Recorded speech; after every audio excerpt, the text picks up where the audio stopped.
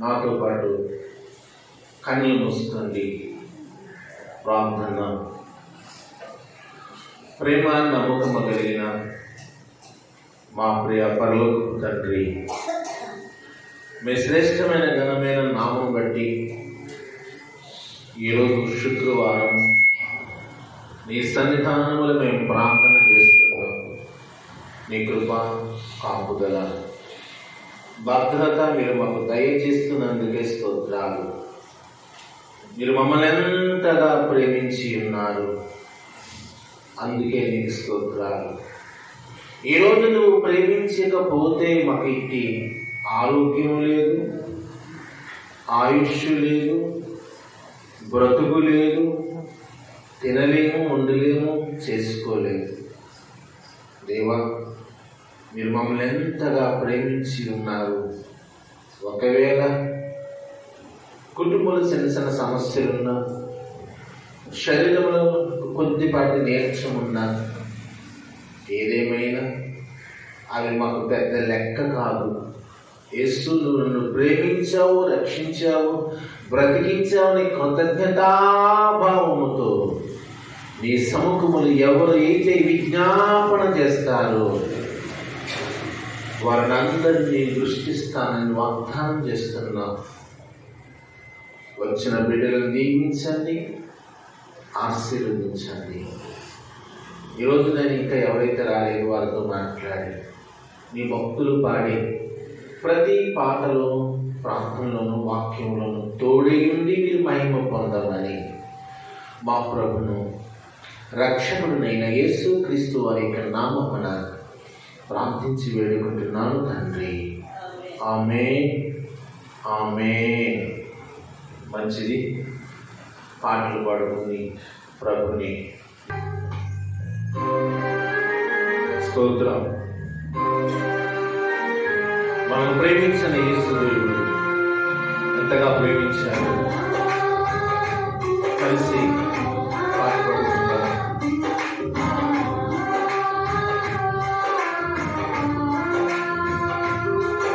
Glory.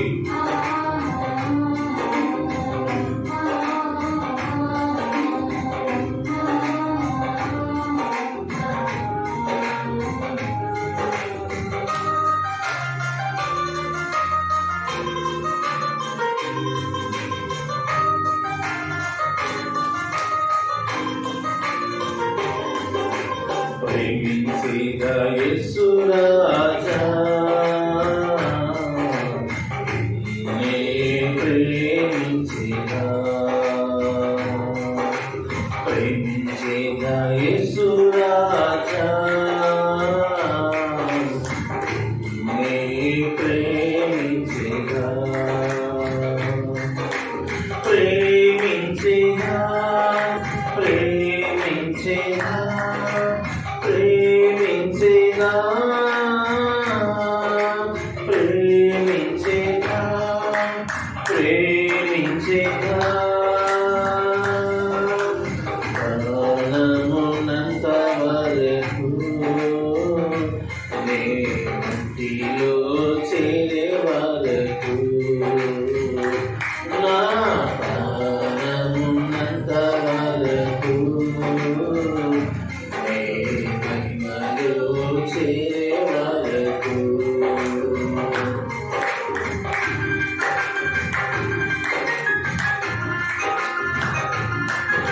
స్తోత్రం. అవును, ప్రాణమున్నంత వరకు మనము మట్టిలో చేరిన మహిమలో చేరే వరకు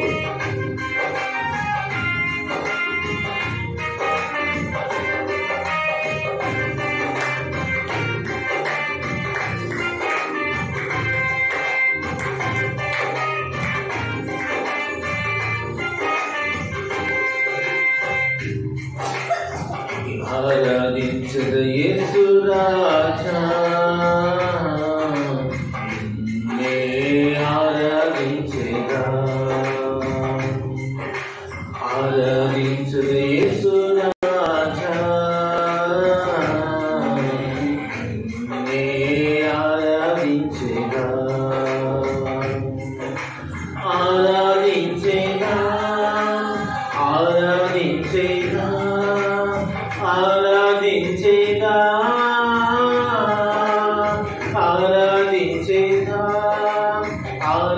ప్రార్థించేదా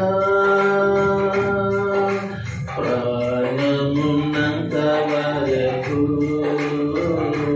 నే అంతిలో చేరే వరకు నా ప్రాణమున్నంత వరకు నే మహిమలో చేరే వరకు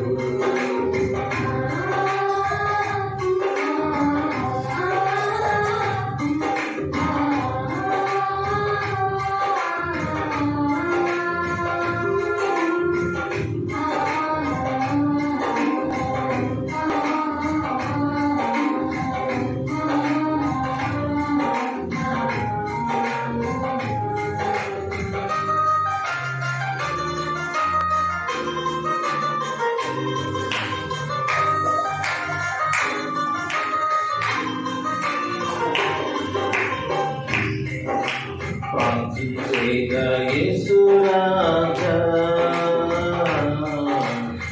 నిన్నే ప్రార్థించేదా ప్రార్థించేదా యేసు రాజా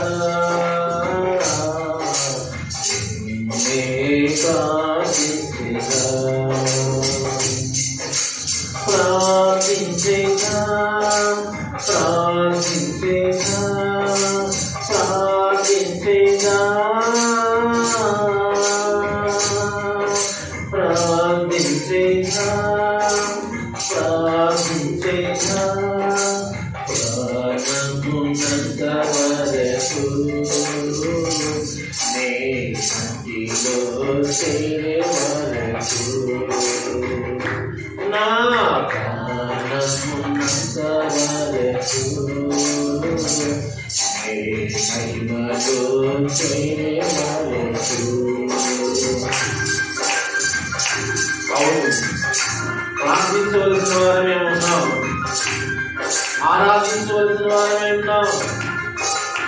మనం భూమి బ్రతికినంత కాలము మట్టిలో కలిసే వరకు ప్రభుడికి ప్రార్థన చేయక తప్పుడు చేయాలి.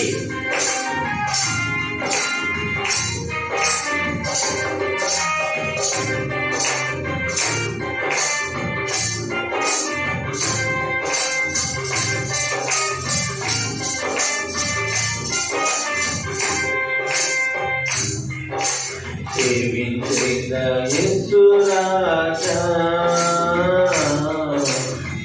నిన్నే సేవించేదా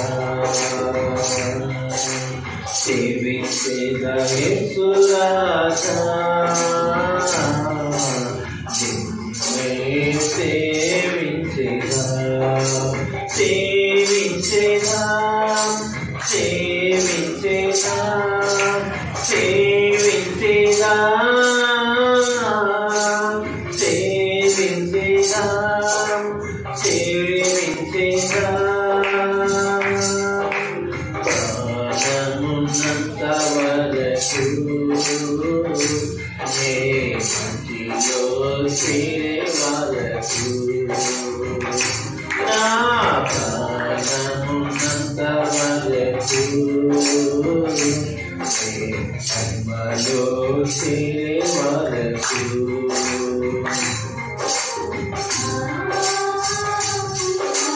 అవును అనుదినం మనం సేవించవలసిన దేవుడు, నేను ప్రేమించిన దేవుడు నువ్వు సేవించాలి. నువ్వు మౌనముగా ఉండడానికి వీలు లేదు, నీ సమయాన్ని వృధా చేయడానికి వీలు లేదు. ఒకరోజు నువ్వు లెక్క అప్పగించుకోక తప్పదు. భయపడు భగవంతుడికి.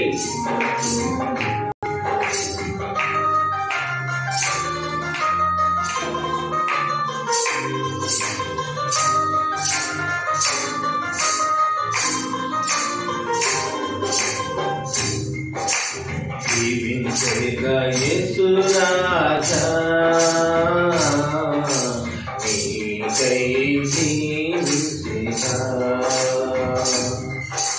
జీవించేదా యేసు రాజా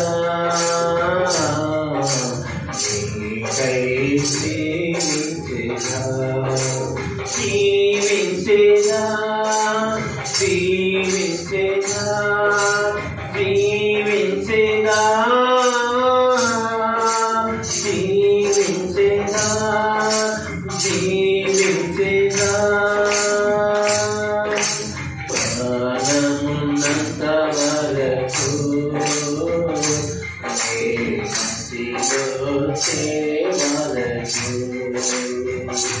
నా ప్రాణమున్నంత వరకు నీ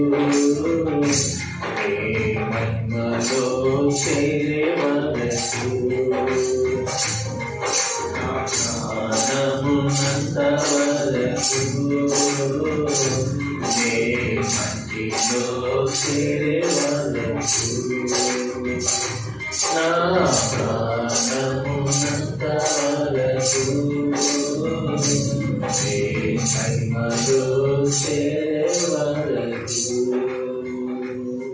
హల్లెలూయా.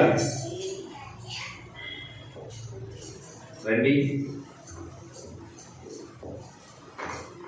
స్తోత్రం. ఎలా తీర్చగలను నీ రుణం?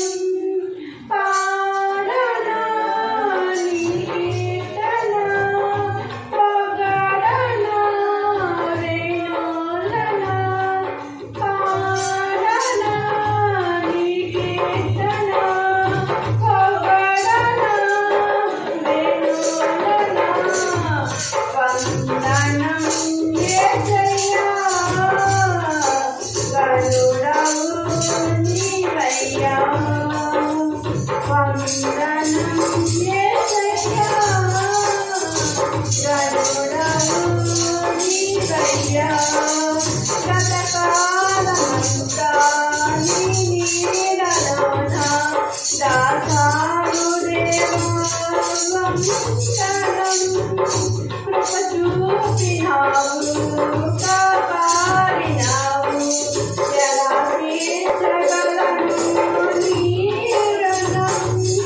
ఎన్నెన్నో అవమానాలు ఎదురైనను, నీ ప్రేమను నిలిచిపోలేదయా.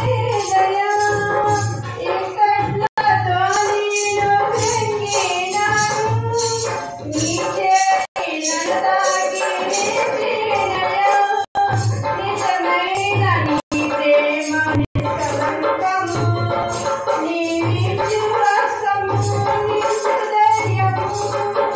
నిజమైన నీ ప్రేమ నిష్కలంకము, నీ విశ్వాసము నిష్కదయము.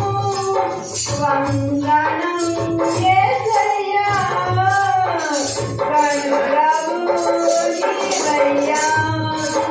వందనం యేసయ్యా, గరుడవు నీవయ్యా.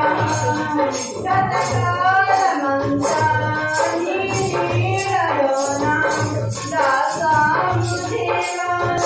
వందనం. కృప చూపినావు, కాపాడినావు. ఎలా తీర్చగలను నీ రుణం? పాడనా నీ కీర్తన, పొగడనా వేణులనా. పాడనా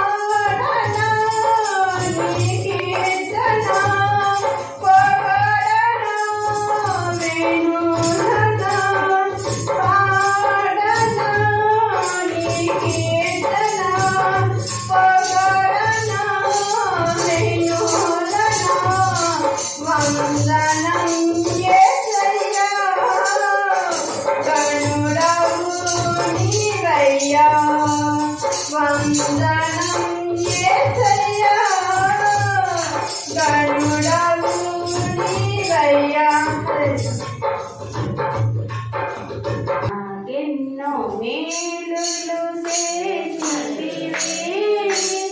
నీకేమి అర్పింతును దేవా నీకేమి చెల్లింతును నాకెన్నో మేలులు చేసితివి నీకేమి అర్పింతును దేవా నీకేమి చెల్లింతును హల్లెలూయా యేసునాథా కృతజ్ఞత నీకే హల్లెలూయా యేసునాథా కృతజ్ఞత నీకే నాకెన్నో మేలులు చేసితివే నీకేమి అర్పింతును దేవా నీకేమి చెల్లింతును కృపచేత నన్ను రక్షించినావే కృపయంబడి నీ కృపతో కృపచేత నన్ను రక్షించినావే కృపయంబడి కృపతో నన్ను బలపరచితివే నన్నెంతగానో ప్రేమించినావే నా పాపము కడిగి పరిశుద్ధపరచితివే కృపచేత నన్ను రక్షించినావే కృపయంబడి కృపతో నన్ను బలపరచితివే నన్నెంతగానో ప్రేమించినావే నా పాపము కడిగి పరిశుద్ధపరచితివే నాకెన్నో మేలు చేసితివి నీకేమి అర్పింతును దేవా నీకేమి చెల్లింతును నాకింకా ఆశలు లేవనకొనగా నాశ నీవైతివే ఆశలు తీర్చితివే నలుదిక్కులా నన్ను భయమావరింప నా పక్షముందుంటివే నా కైవల్యము ఇచ్చితివే నాకింకా ఆశలు లేవనకొనగా నాశ నీవైతివే నా ఆశలు తీర్చితివే నలుదిక్కులా నన్ను భయమావరింప నా పక్షముందుంటివే నా భయం ఇచ్చితివే నాకెన్నో మేలులు చేసితివే నీకేమి చెల్లింతును దేవా నీకేమి అర్పింతును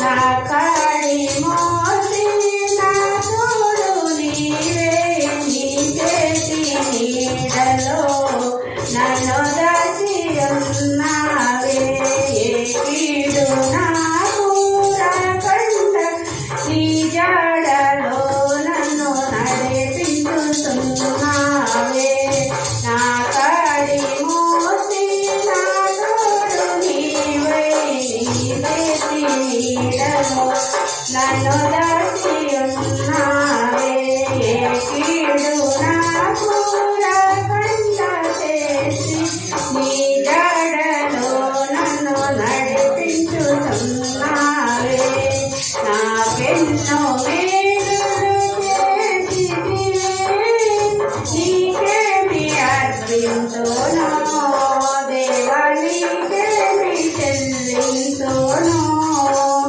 నీ రాజ్యమందు నన్ను చేర్చుకున్నావు రానన్న రారాజు రారాజు నీవు నా వధువు సంగమును నన్ను చేర్చు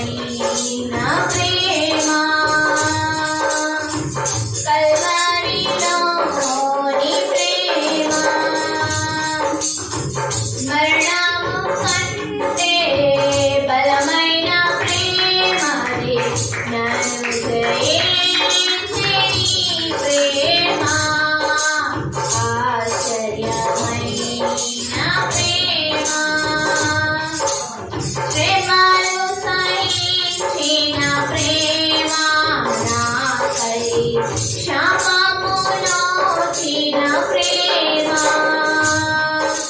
ప్రేమను సహించిన ప్రేమ నాకై క్షమామునోచిన ప్రేమ విడనాడని ప్రేమది ఎన్నడూ ఎడబాయదు విడనాడని ప్రేమది ఎన్నడూ ఎడబాయదు ఆశ్చర్యమైన ప్రేమ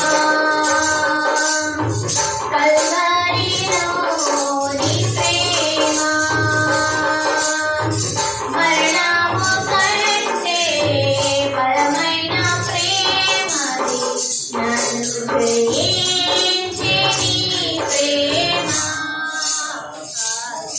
ఆశ్చర్యమైన ప్రేమ పితి చూసిన ప్రేమ నాపై జాలిని చూసిన ప్రేమ నా పితి చూసిన ప్రేమ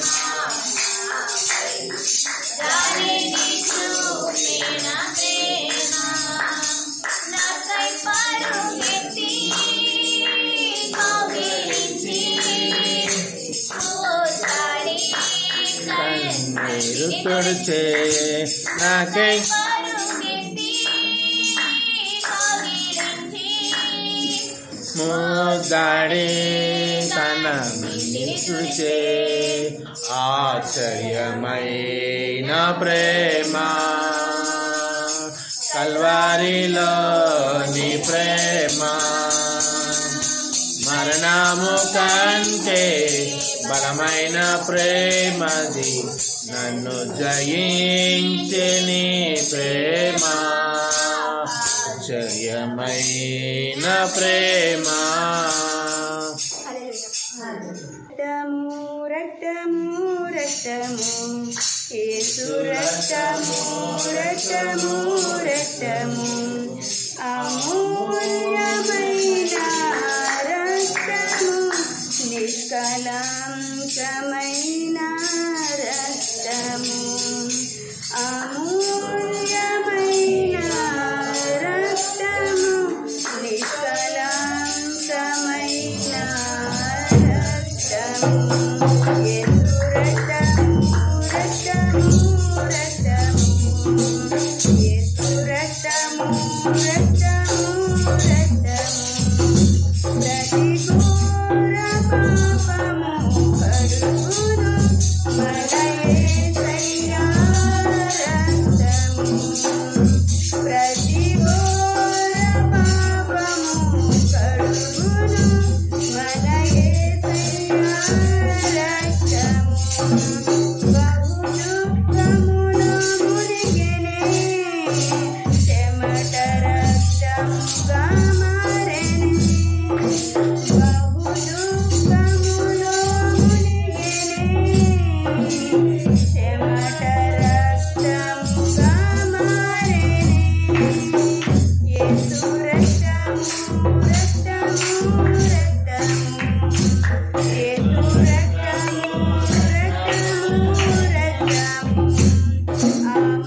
అమూల్యమైన రక్తము నిష్కళంకమైన రక్తము అమూల్యమైన రక్తము నిష్కళంకమైన రక్తము మనసాక్షిని స్తుతి చేయును మన యేసయ్యా రక్తము మనసాక్షిని స్తుతి చేయును మన యేసయ్యా రక్తము మన శిక్షను తొలగించెను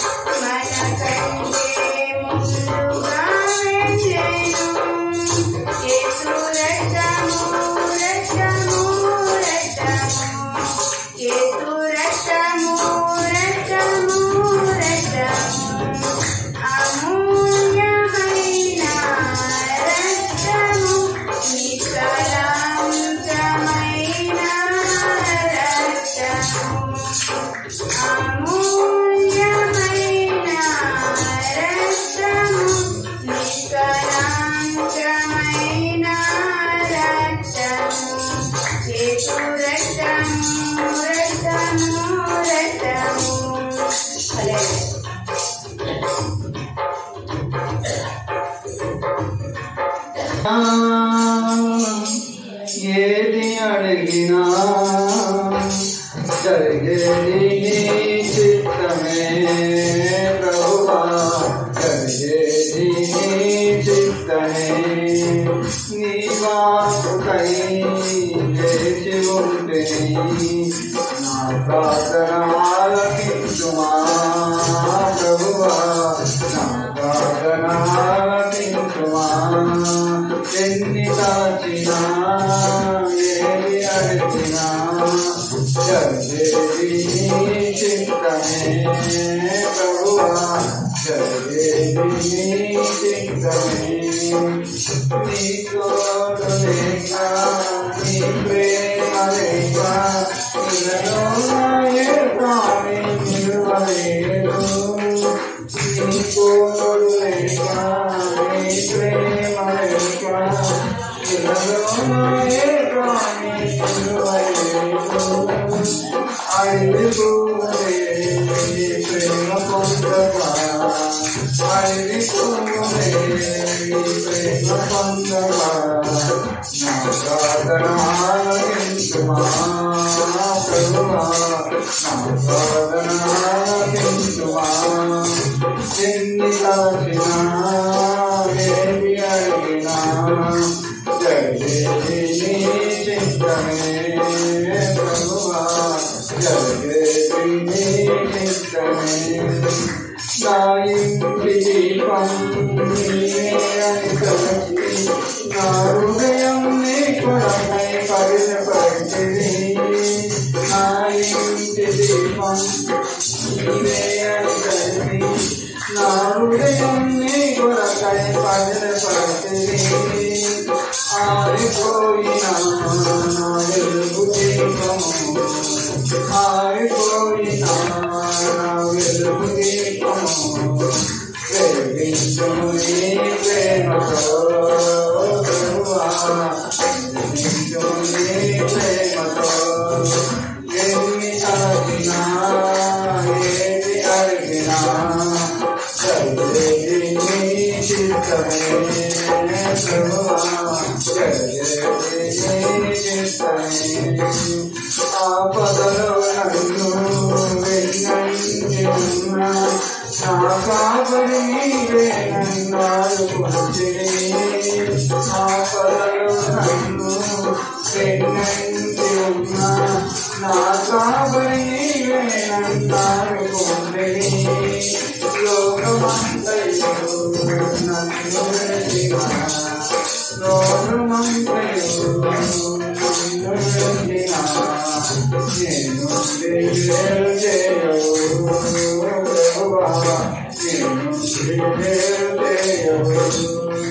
ఎన్ని దాచినా ఏది అడిగినా జరిగేది నీ చిత్తమే ప్రభువా, జరిగేది నీ చిత్తమే.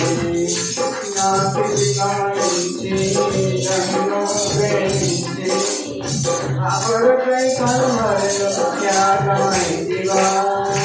నా స్థితి గమనించి నన్ను ప్రేమించి నా కొరకై కలవరలో త్యాగమైతివా. నీ త్యాగమే మోక్షమార్గము, నీ త్యాగమే మోక్షమార్గము. నీయందు నిత్య జీవము ప్రభువా, నీయందు నిత్య జీవము. ఎన్ని దాచినా ఏమి అడిగినా జరిగేది నీ చిత్తమే ప్రభువా, జరిగేది నీ చిత్తమే. నీ వాక్కుకై వేచి ఉంటిని, నా ప్రార్థన ఆలకించుమా ప్రభువా, నా ప్రార్థన ఆలకించుమా. మనసున్న మంచి దేవా, నీ మనసును నాకిచ్చావా. మధురమైన మనిషిగా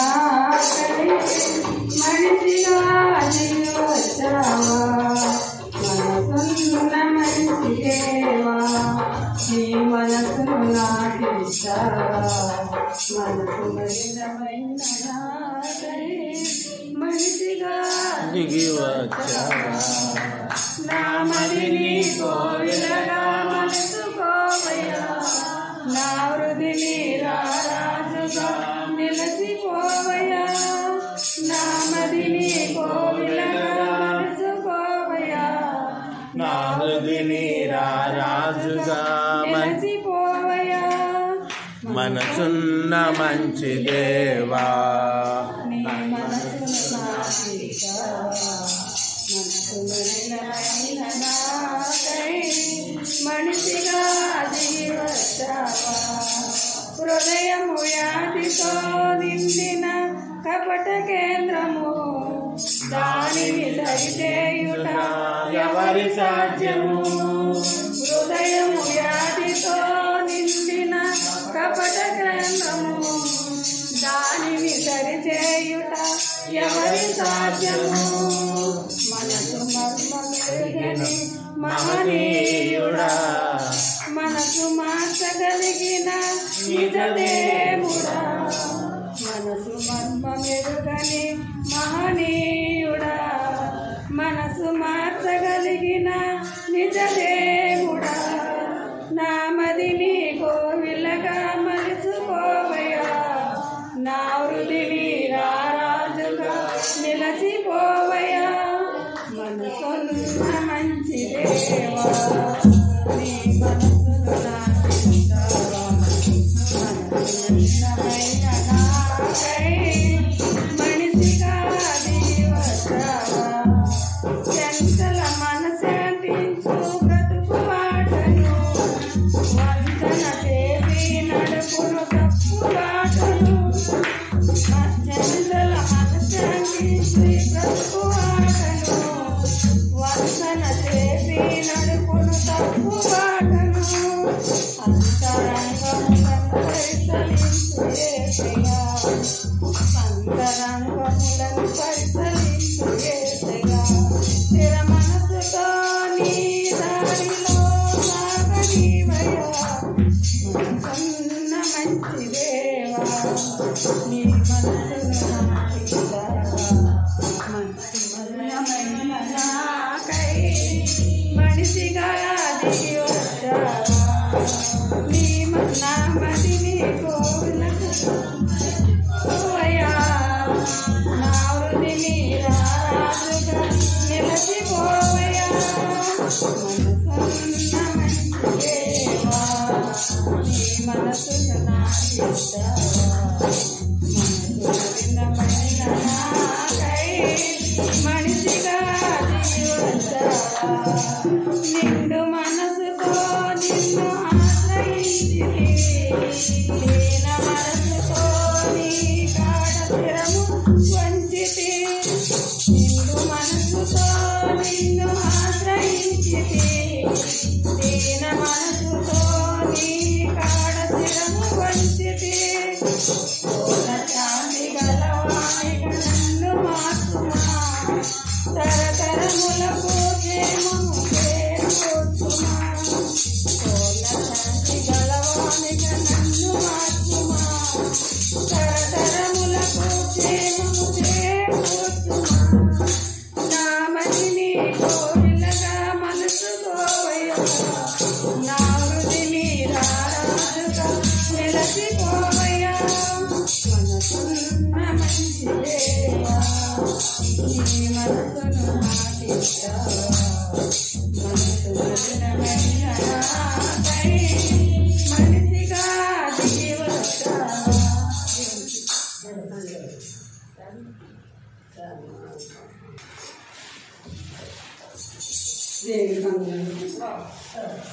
నీ కన్నలో కన్నా నాకెవరున్నారయ్యా నా కొన్న నీ కన్నలో కన్నా నాకెవరున్నారయ్యా నా కొన్న నీలా ప్రేమించేవారు ఎవరున్నారయ్యా నీలా ప్రేమించే ఎవరున్నారయ్యా ప్రాణము పెట్టిన దేవుడవు యేసయ్యా ప్రాణము పెట్టిన దేవుడవు యేసయ్యా నీ కన్నా లోకాన ఎవరున్నారయ్యా నాకున్న తోడు యేసయ్యా నీలా పోలించేవారు ఎవరున్నారయ్యా నీలా పోలించేవారు ఎవరున్నారయ్యా దేవుడున్న దేవుడవు యేసయ్యా దేవుడున్న దేవుడవు యేసయ్యా నీ కన్నా లోకాన నాకెవరున్నారయ్యా నాకున్న తోడు యేసయ్యా నీలా రక్షించేవారు ఎవరున్నారయ్యా నీలా రక్షించేవారు ఎవరున్నారయ్యా రక్షణ కాచిన దేవుడవు యేసయ్యా రక్షణ కాచిన దేవుడవు యేసయ్యా నీ కన్నా లోకాన నాకెవరున్నారయ్యా నాకున్న తోడు యేసయ్యా నీలా పోషించేవారు ఎవరున్నారయ్యా నీలా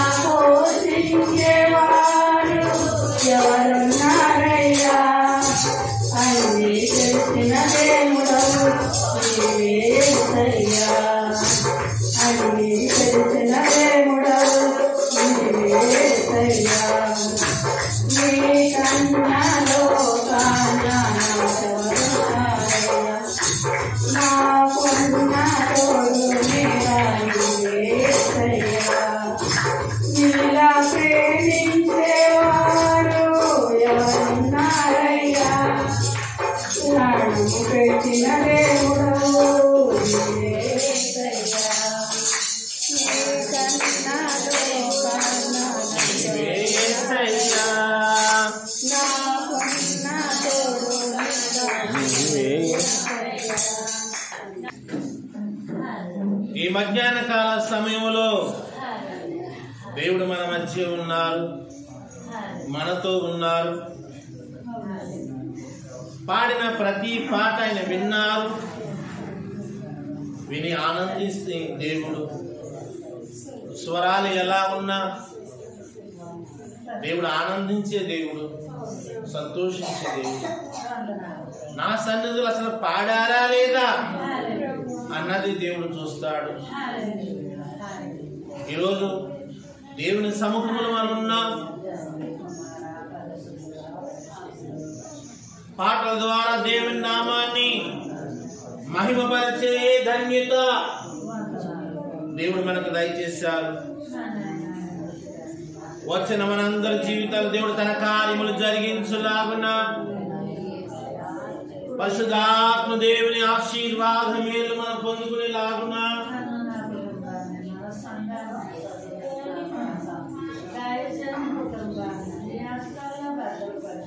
దేవుని పిల్లారా ప్రార్థన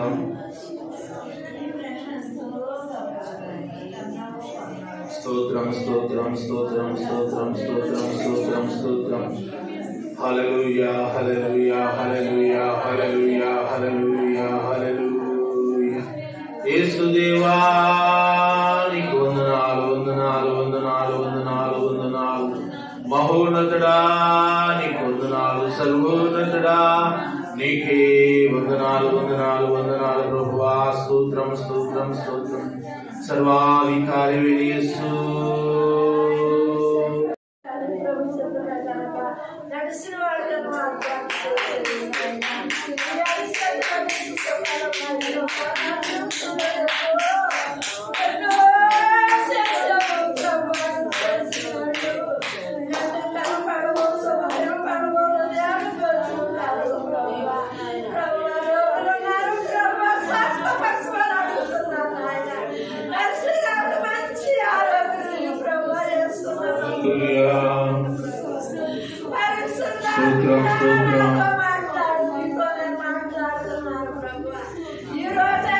అవును ప్రభు.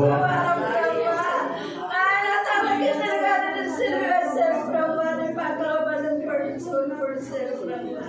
నేను నాగరసాన్ని కింద ఉండేది ప్రభు. చెప్పబడితే చెప్పించావు ప్రభు. పరిశుద్ధాత్ముడా నర్సులకు మంచి ఆరోగ్యం ప్రభు. అనుకున్నాయి మనసు పోయి మంచి ఆరోగ్యం ప్రభు. భార్య భర్తని సన్నిధికి రావటానికి నారాయణ శ్రీ గారికి మంచి ఆరోగ్యం ప్రభు. మా చేత కూడా మంచి ఆరోగ్యం ప్రభు. వారికి ఎవరెవరు ఉన్నారో నాయన నాకు జ్ఞాపకం లేదు కానీ నాతో నా కుటుంబాన్ని ఆయన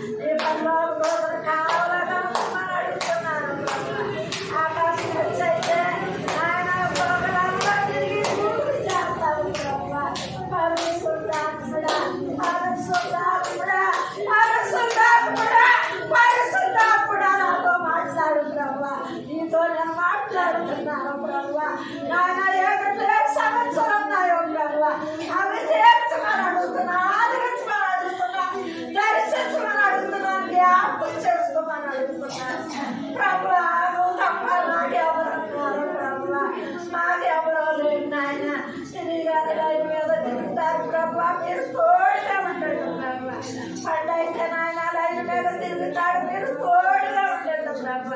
ఇంకా నాయన బిడ్డలు నాయన వ్యాపారం చేసుకున్న బిడ్డలు ఉన్నారు ప్రభు. నీ హస్తం తోడుగా వచ్చి మనం అడుగుతున్నాను. ఆశ్రయాలుగా నువ్వు తప్ప మాకు ఎవరున్నారు ప్రభు. అందరూ నా బిడ్డ ఆదుకుంటానన్నావు ప్రభు. నా జీవితంలో ఎన్నో ఎన్నో ఎన్నో ఎన్నో ఎన్నో ఎన్నో మరవలేదు ప్రభు. పరిస్థితి కూడా నా సట్లు పుట్టి బాగు చేసి నా పడి బాగు చేసి మన సంఘాన్ని సహోదర కుటుంబాన్ని రాజు కుటుంబాన్ని నీ ఆస్థాలో భద్రపరుచుకుని నీ చెయ్యి పట్టుకుని నడిపించి మనం అడుగుతున్నాను. నీ ప్రేమ ఎంతో గొప్పదనాయన. నాయన నువ్వు అయితే ఆకాశం అయితే నా దివాసం అన్నావు. సుంటాన్ని అన్నావు ప్రభు. నువ్వు తప్ప మాకెవరన్నారు ప్రభు.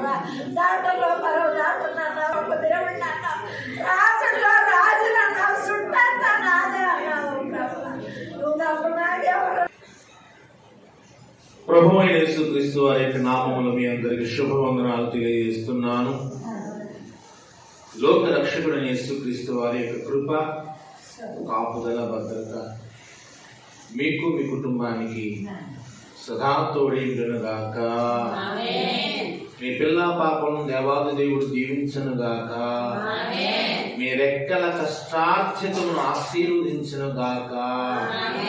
మీ కుటుంబం నుండి ప్రతి సమస్య నుంచి దేవుడు విడుదల కలిగించునుగాక. శారీరక అనారోగ్య బలహీనతల నుండి, మానసిక ఒత్తిడుల నుండి, సాతాను శక్తుల నుండి దేవుడు మిమ్మల్ని కాసి కాపాడునుగాక. మీ శత్రువులను మీకు మిత్రులుగా మార్చి, మీరంటే కెట్టన వారి మనస్సులు మార్చి ప్రేమించే మనస్సులు వారికి దేవుడు దయచేయునుగాక.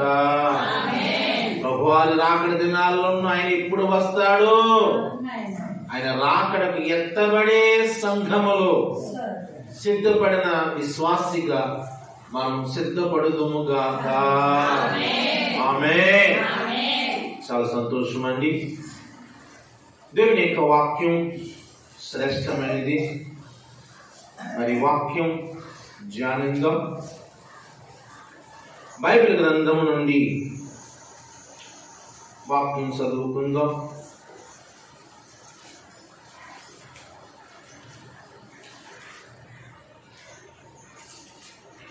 రాజులు రాసిన 2వ గ్రంథము 4వ అధ్యాయము 7వ వచనం చదువుదాం. చూడండి. ఆమె దైవజనుడైన అతని యొద్దకు వచ్చి సంగతి తెలియజెప్పగా అతడు నీవు పోయి ఆ నూనెను అమ్మి నీ అప్పు తీర్చి మిగిలిన దానితో నీవును నీ పిల్లలను బ్రతుకుడి అని ఆమెతో చెప్పాను. హల్లెలూయా. చక్కటి వాక్యం మనం ధ్యానిస్తున్నాం. రాజులు రాసిన ఈ 2వ గ్రంథములో మనకు భక్తుడైన ఎలీషా కనబడుతూ ఉంటున్నాడు. ఈ ఎలీషా చూడడానికి పెద్ద ఇదేం కాదు, కొలసగా ఉంటాడు, వ్యక్తి మీద వెంట్రుకలు బట్టబుర్ర, చూడడానికి పెద్ద అందగాడేం కాదు. కానీ ఒక రోజున ఎలీషా వెళ్తుంటే కూరగాయలు వెంటబడి ఏడిపించారట ఎలీషాని. ఏంటండి, కూరగాయలు ఏం చేశారట? ఎలీషా వెళ్ళిపోతున్నాడు, దారంటే వెళ్ళిపోతుంటే కూరగాయలు ఏం చేశారట? వెంటబడి ఎలతోల చేశారట, ఏడిపించారట. ఏమని? గోడోడా గోడోడా. ఆడుకున్న కూరగాయలు ఆడుకోవచ్చు కదా. వీళ్ళే దైవజనుడిని ఏం చేశారు? ఎగతాళి చేసి ఎలతోలను ఆడటం ప్రారంభించారు. అదే ఎలీషా అందంగా ఉండి మంచి టీవీగా దర్శగా కండలు తిరిగి ఉన్నాడు, ఎవరైనా జాలపలం చేస్తారా? చేయరు. అంటే చూడడానికి ఎలా కనపడుతున్నాడు అతను? పిల్లలు పూర్వకాలం చూడండి, ఎవరిని ఏడిపించేవాళ్ళు తెలుసా? పూర్వకాలం రోడ్డు మీద ఎవరిని పిచ్చోళ్ళు వెళ్తే పొలం మొక్కేసారు, చిన్న రాయించి కొట్టడం, పిచ్చోళ్ళు కనుక అలా ఏం చేయలేరు. అలాగా వాళ్ళని ఏడిపించారు పూర్వకాలం. ఎవరిని ఆశ్రయిస్తారు కనుక లాగడం, ఇలాంటి పిచ్చి పిచ్చి పనులు చేసేవారు పూర్వకాలం. ఇప్పుడు ఎవరికి అంత తీరుబడి లేదులేండి. ఎలీషా వెళుతున్నప్పుడు జనం కూరగాయలు ఏం చేశారు? కలదరం మొక్క, బోడోడా బోడోడా ఎక్కడికి వెళ్తున్నావు, ఎక్కుతున్నావా, ఎల్లు ఎల్లు అంటూ వేళాపాలన చేశారు. నిజంగా దైవజనుడిగా నిజంగా చాలా శాంతం కలిగినోడు. ఎందుకో అంత విసిగిచ్చేసారండి ఆ రోజు ఎలీషాని. చాలా కోపం వచ్చేసింది ఎలీషా. సహజంగా బైబిల్ ఎక్కడ ఎలీషా కోపం రాలా, చాలా సహనం కలిగినాడు, ఓర్పు కలిగినాడు అండి ఎలీషా. మరి ఆ రోజు ఎందుకో అది చేసిన అల్లరి భరించలేక కోపం వచ్చింది. కళ్ళు ఎలా చేశాడు, వెళ్ళిపోయాడు. కళ్ళు ఎలా చేశాడు, కొడితే వాళ్ళ అమ్మ బాబులు ఊరుకుంటారా? ఎవరైనా వస్తారు. కళ్ళు ఎలా చేశాడు అంతే, అక్కడి నుంచి కాముగా వెళ్ళిపోయాడు. అద్భుతం ఏంటంటే అడవిలో నుంచి ఆడ ఎలుగు బంటులట, ఏంటంటే ఆడ ఎలుగు బంటులు వచ్చి ఎక్కడి నుంచి వచ్చినాయో తెలియదు, దేవుడు రప్పించాడు. ఆ తొంట్ర మోకను 50 మంది అట. ఎంతమంది అండి? 50 మంది తొంట్ర మోకను చీల్చేసినాయట. చీల్చేసినాయి వెలుగుబట్టు ముందు పోరల చేత. కానీ దేవుని పిల్లారా, అంత గొప్ప దైవజనుడు ఆనాడు ఎలీషా ఇశ్రాయేలు దొరకడం గొప్ప భాగ్యం. ఆనాటి కాలంలో కరువు దినాలవి. ఎంత కరువు అంటే చాలా కరువు. పూర్వకాలం బ్రతుకంతా వర్షాధారణ మీద బ్రతకడమే. ఏవైనా పంటలు పండించాలన్నా వర్షాధారణే. వర్షం లేకపోతే పంటలు లేవు. ఎవరో పెద్ద పెద్ద ఉన్నవాడికి మడుగులు ఉంటాయి, కానీ పేదవాడికి మడుగులు ఉండవు, బావిలు లేవు. ఇప్పుడంటే మనకి కాలువలు వచ్చినాయి, కానీ ఒకప్పుడు మనకి కాలువలు కూడా లేవు. ఎప్పుడు వచ్చేది తెలుసు మన కాలువలు? ఏమా కాటన్ ధర కాలువలు మనకి కాలువలు వచ్చినాయి. అంతకుముందు కాలువలు కూడా లేవు. ఎప్పుడైతే ప్రాజెక్టు కట్టాడో అప్పటి నుంచి కాలువలు తవ్వి మనకి పంట పొలాలకు నీరు అందడం జరిగింది. అంతవరకు లేదు. చాలా యాతన. వర్షం వస్తే మునిగిపోయి, వర్షం లేకపోతే ఎండిపోయేది పూర్వం. అటువంటి ఇప్పుడంటే మనకి ఇది ఉన్నాయి కానీ అప్పుడు ఏమీ లేవు. వర్షాధారనే మనిషికి తాగడానికి సరైన నీళ్ళు లేని ఆ రోజుల్లో చాలా అవస్థపడుతున్న దినాలు. భయంకరమైన కరువు వచ్చేసింది. ఈ కరువు వస్తే ఒక కుటుంబం మనకు కనపడుతుంది, పేదరాలు. ఈ పేదరాలు వెధవరాలు కూడా. తన భర్త మరి ఎందుకు అప్పు చేశాడో నాకు తెలియదు, కానీ నేను అనుకుంటున్నాను ఆ అప్పు తన భార్య బిడ్డలను బ్రతికించడం కోసమే బహుశా అప్పు చేసి ఉండొచ్చు. ఏమి కొనేసి తాగేసి పాడు చేసేవాడు కాదు. ఎందుకు అంటే అతను బైబిల్ అంటుంది, ఆవిడ వచ్చింది, అయ్యా నా భర్త నీ శిష్యులలో ఒకడు, అది మీకు తెలుసు అంటది. అంటే ఒక దైవజనుడు యొక్క కిందున్న శిష్యుడుగా బ్రతికాడు తన భర్త. అంటే భక్తిగానే బ్రతికాడు, కానీ తన భార్య బిడ్డలను బ్రతికించుకోవడం కోసం అప్పులు చేశాడు. మరి ఏం జరిగిందో నాకు తెలియదు, కానీ అప్పులు తీర్చకుండానే తన భర్త చచ్చిపోయాడు. వాస్తవం చెప్పాలంటే బైబిల్ యొక్క వాక్య ప్రకారం దేవుని పిల్లల మీద మనం దేవుని మీదే ఆధారపడాలి, కానీ అప్పులు జోలికి వెళ్ళకూడదు. ఉంటే తినొచ్చు, లేకపోతే దేవుడా అంటూ ఆకాశ పక్షులు దేవుని కొరకు ఎలా మొరపెడతాయో అలా మొరపెట్టడమే తప్ప మనం అప్పు చేయడానికి ప్రయత్నము చేయకూడదు. కొంతమందికి అప్పు అంటే భయమే ఉండదు. ఇస్తానంటే 10 రూపాయలకైనా 20 రూపాయలకైనా తెచ్చేసుకుంటారు. మరి అంత ధైర్యం ఏంటో నాకు తెలియదు. అప్పు ఇస్తామంటే 10 రూపాయలైనా పర్లేదండి, 20 రూపాయలైనా పర్లేదని ఇచ్చేయండి అంటారు. అంత ధైర్యం ఏంటో నాకు తెలియదు. బైబిల్ మన వాళ్ళు అంటారు కదా, అప్పిచ్చేవాడు అప్పిచ్చేవానికి దాసుడు. ఇదని వైద్యుడు కాదు. బైబిల్ గ్రంథం ఏం బోధిస్తుందంటే అప్పిచ్చేవాడు అప్పు చేసేవాడు ఏమైపోతాడంట, వాడికి దాసుడు అవుతాడు. ఎన్ని తిట్టినా పడాలి తప్పదు, ఎన్నన్నా భరించవలసిందే. ఎందుకు? అప్పు తీర్చేవాడు అంటానే ఉంటాడు, పడవలసిందే తప్పదు. మంచిది. మరి దైవజనుడు కింద ఉన్న ఒక శిష్యుడయ్యుండి కూడా దేవుని మీద ఎందుకో పూర్తిగా ఆధారపడలేకపోయాడు. అతను అప్పు చేశాడు, అప్పు తీర్చుకుండానే చనిపోయాడు. అలాగని అతను పెద్ద ముసలుడే కాదు. తనకు 2 కొడుకున్నారు. కురగాళ్ళు చూస్తే చిన్న వయసు, 2 వయసు కూడా ఇంత 10-12 బహుశా వయసే. వాళ్ళకి పెద్ద వయసు కదా కురగాళ్ళ వాళ్ళు పిల్లలు. అంటే చనిపోయిన వాడికి ముసలుడా పడుచుడా? అతని పిల్లలు 10-12 సంవత్సరాల పిల్లల వయసులో అయితే అతని తండ్రి వయసు ఎంత ఉంటుంది? ఎంత ఉంటుంది? 40 ఏళ్ళు కూడా ఉండవు. మరి 40 ఏళ్ళ వయసు రాకుండానే ఎందుకు చనిపోయాడు మొత్తానికి? చూడండి, ఆ కుటుంబం నానా తిప్పలు పడుతుంది. ఎందుకంటే అతని వెనకాల ఆస్తి లేదు, పాస్తి లేదు.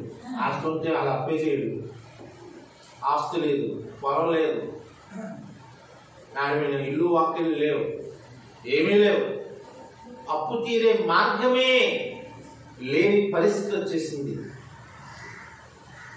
దేవుని పిల్లరా, ఏదైనా దాస్తే ఆగిద్ది, కానీ అప్పు మాత్రము అది ఆగదు. దానికది పిల్లలు పెడతారు. ఏం చేస్తుందమ్మా అప్పు? ప్రతి నెల పిల్లలు పెట్టేస్తుంది. ఏది జంతువైన పన్నాలకి ఏడాదికి ఎప్పుడో పిల్లలు పెడుతుంది. ఇది అలా కదా అప్పు. నెల పిల్లలు పెడుతూనే ఉంటుంది, వడ్డీ అనే పిల్లల్ని. కొన్నాళ్ళకి అసలు కంటే వడ్డీ ఎక్కువైపోతుంది. ఎంత ఏపో తెలుసండి, తీర్చాను చాలా కష్టం. దేవుని బిడ్డలమైన ఉంటే చెప్తున్నాను, ఏదో చేద్దామన్నట్టుగా దయచేసి ఎవరు అప్పుల జోలికి వెళ్ళండి. ఎందుకంటే మనం బైబిల్ యొక్క వాక్యం బోధిస్తుంది, నేను నిన్ను అప్పిచ్చేవానిగా చేస్తాను కానీ అప్పు చేసేవానిగా నేను చెయ్యను. నేను నిన్ను తలగా చేస్తాను కానీ నేను తోకగా చెయ్యను అని దేవుడు వాగ్దానం చేస్తున్నాడు. దేవుడు పిల్లలకు దేవుడు ఇచ్చే వాగ్దానం అదేనండి. మనం అప్పు ఎప్పుడు చేయకూడదు.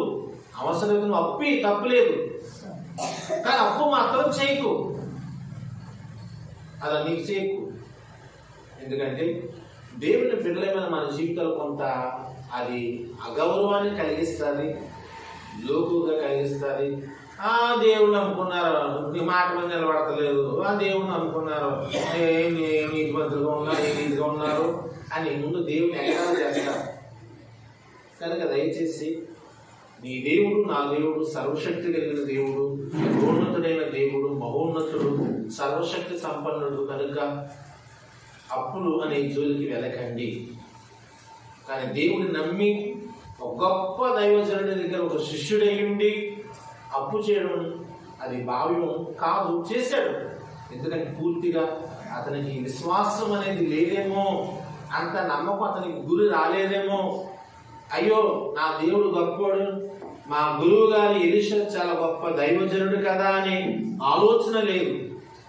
దేవుడిని నమ్మాడు, దైవజనుడితో ఉన్నాడు, కానీ అనుభవం నేర్చుకోలేకపోయాడు ఆ తండ్రి. క్రైస్తవ పిల్లారా, మనం దేవుని నమ్మాం, దైవ సన్నిధిలో ఎదుగుతున్నాం. దేవుని యొక్క అనుభవము, సంఘ అనుభవాలు నేర్చుకోకపోతే ప్రయోజనం ఏముంది?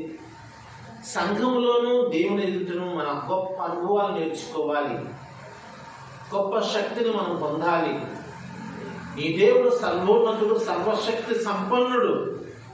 దేవుడు అంటున్నాడు ఆయనకు అసాధ్యమైనది ఏది లేదు.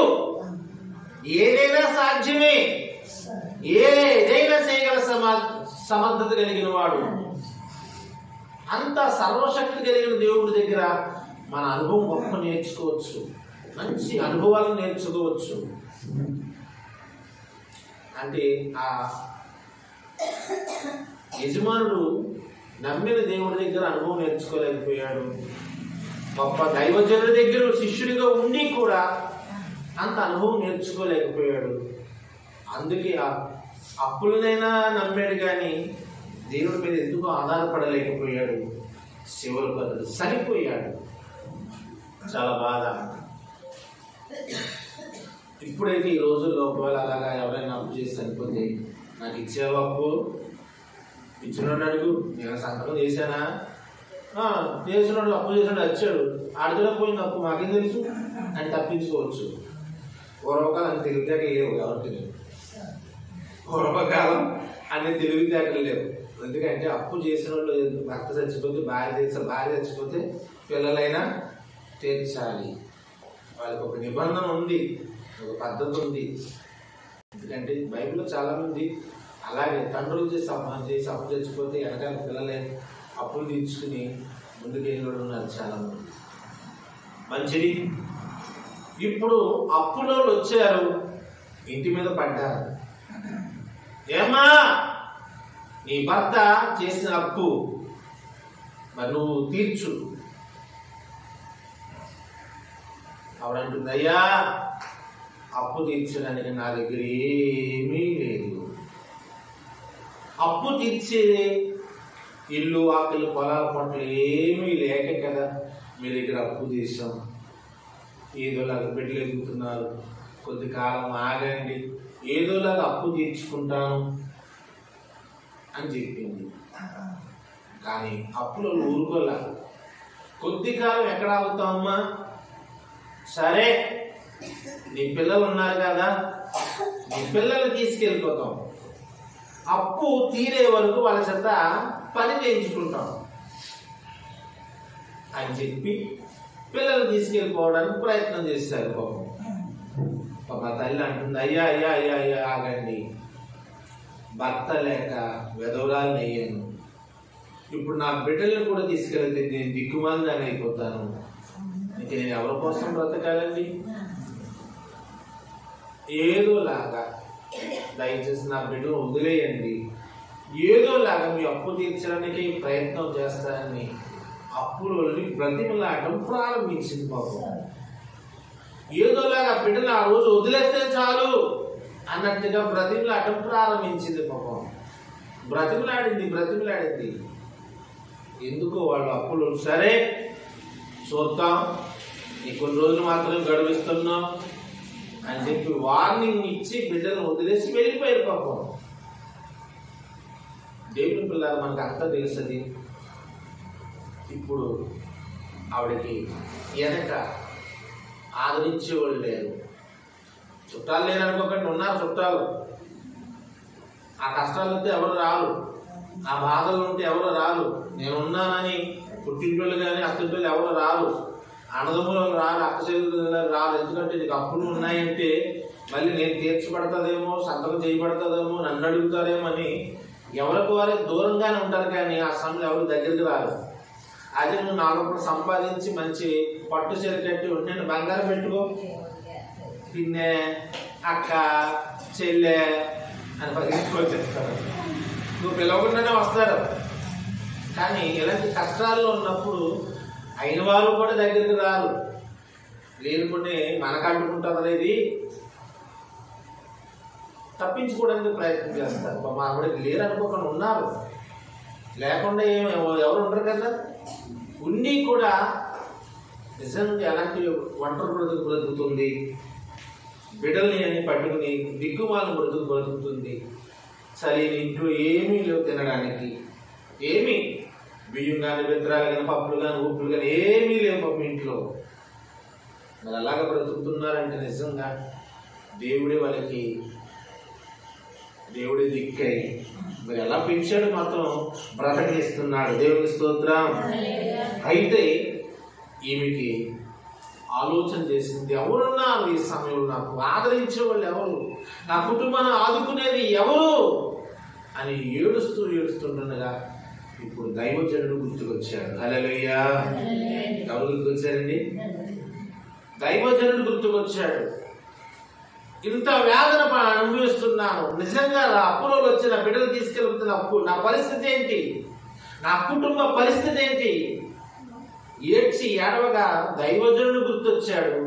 ఆ సమయంలో వెంటనే అబ్బాయి ఇంటికాడ ఉన్నట్టు ఇప్పుడో వస్తానని చెప్పి ఒక తల్లి వెళ్ళింది దైవజనుడి దగ్గరికి. వెళ్ళి, అయ్యా ఏంటమ్మా, నా భర్త మీకు తెలుసు కదా, మీ దగ్గరే ఒక శిష్యుడిగా ఉండి చనిపోయాడు. అవును తెలుసమ్మా, మరి ఏంటి? ఇప్పుడు నా భర్త చేసిన అప్పును బట్టి నా 2 కుమారుల్ని తీసుకెళ్ళిపోతారట అప్పులోళ్ళు. ఇక నేను ఎవరి కోసం బ్రతకాలండి అని ఏడవడం ప్రారంభించింది. తన కష్టాన్ని, తన బాధను ఒక దైవజనుడికి చెప్పుకోవడానికి ప్రయత్నం చేసింది.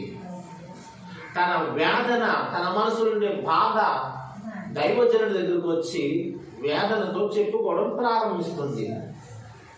అవును, బైబిల్ గ్రంథం వాక్య ప్రకారం మన సమస్యలు ఉంటాయి. సమస్య లేని ఎవరు లేరు, కష్టాలు లేని వాళ్ళు ఎవరు లేరు. నీ కష్టమైన, సమస్య అయినా, వ్యాధైన, బాధ అయిన, శోధనైన, ఏమైనా, మనస్పర్ధ ఉన్నా, కుటుంబాల బిడ్డల గురించి, భర్త గురించి, చుట్టాల గురించి, అత్త గురించి, కోడలు ఎవరి గురించి అయినా సరే అండి, మనసు బాగులేనప్పుడు, సమస్య ఉన్నప్పుడు దేవుడే దిక్కు, దేవుని ఎద్దకే వస్తే, ఒకవేళ ఇంకా దైవజనుడు చెప్పి కష్టాన్ని చెప్పి ప్రార్థన చేయించుకుంటే ఇంకా మంచిదే. కానీ చుట్టుపక్కల మాత్రం చెప్పుకోకండి. చుట్టుపక్కల చెప్తే నీ కష్టం అలాగమ్మా అంటారు నీ ఎదురుండా. తర్వాత పక్కకు పోయి దాని కర్మ, దాని రాత, అది అలాంటిది ఇలాంటిది అదిగా అనిపిస్తుంది, ఎక్కడ పోతే చేసింది ఎక్కడ పోతే, ముందు బాగా మాట్లాడతారు కానీ వెనక్కి తిరిగానే ఎన్నంటారో మనకి తెలియదు.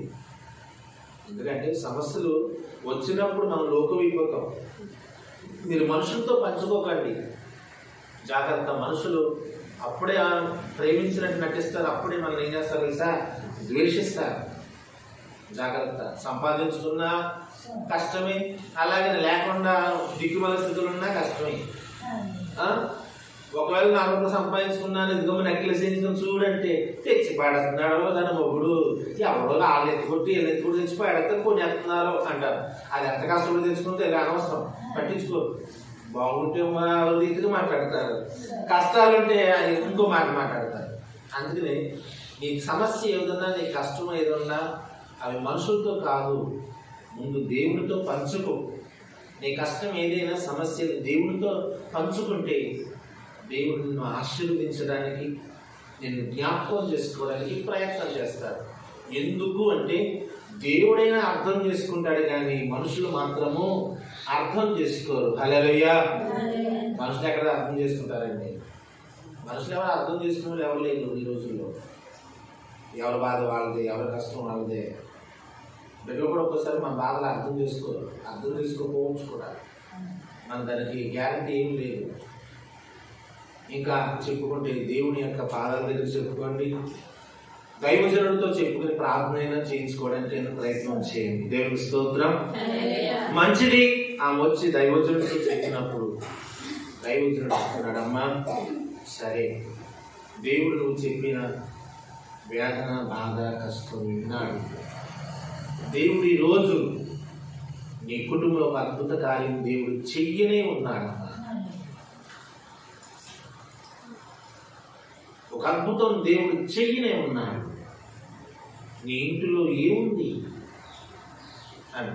అయ్యా, నా ఇంట్లో ఏమీ లేవు, తినడానికి కూడా పప్పులు, ఉప్పులు, పిండి బెల్లాలు ఏమీ లేవండి. సరిగ్గా చూసి చెప్పమ్మా, అసలు ఏదో లేకుండా ఉండదు. గుర్తు చేసుకో అంటే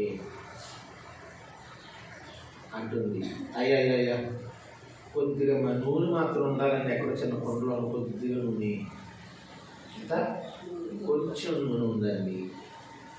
సరే, ఆ నూనె నీ కుటుంబాన్ని కాపాడుతుంది.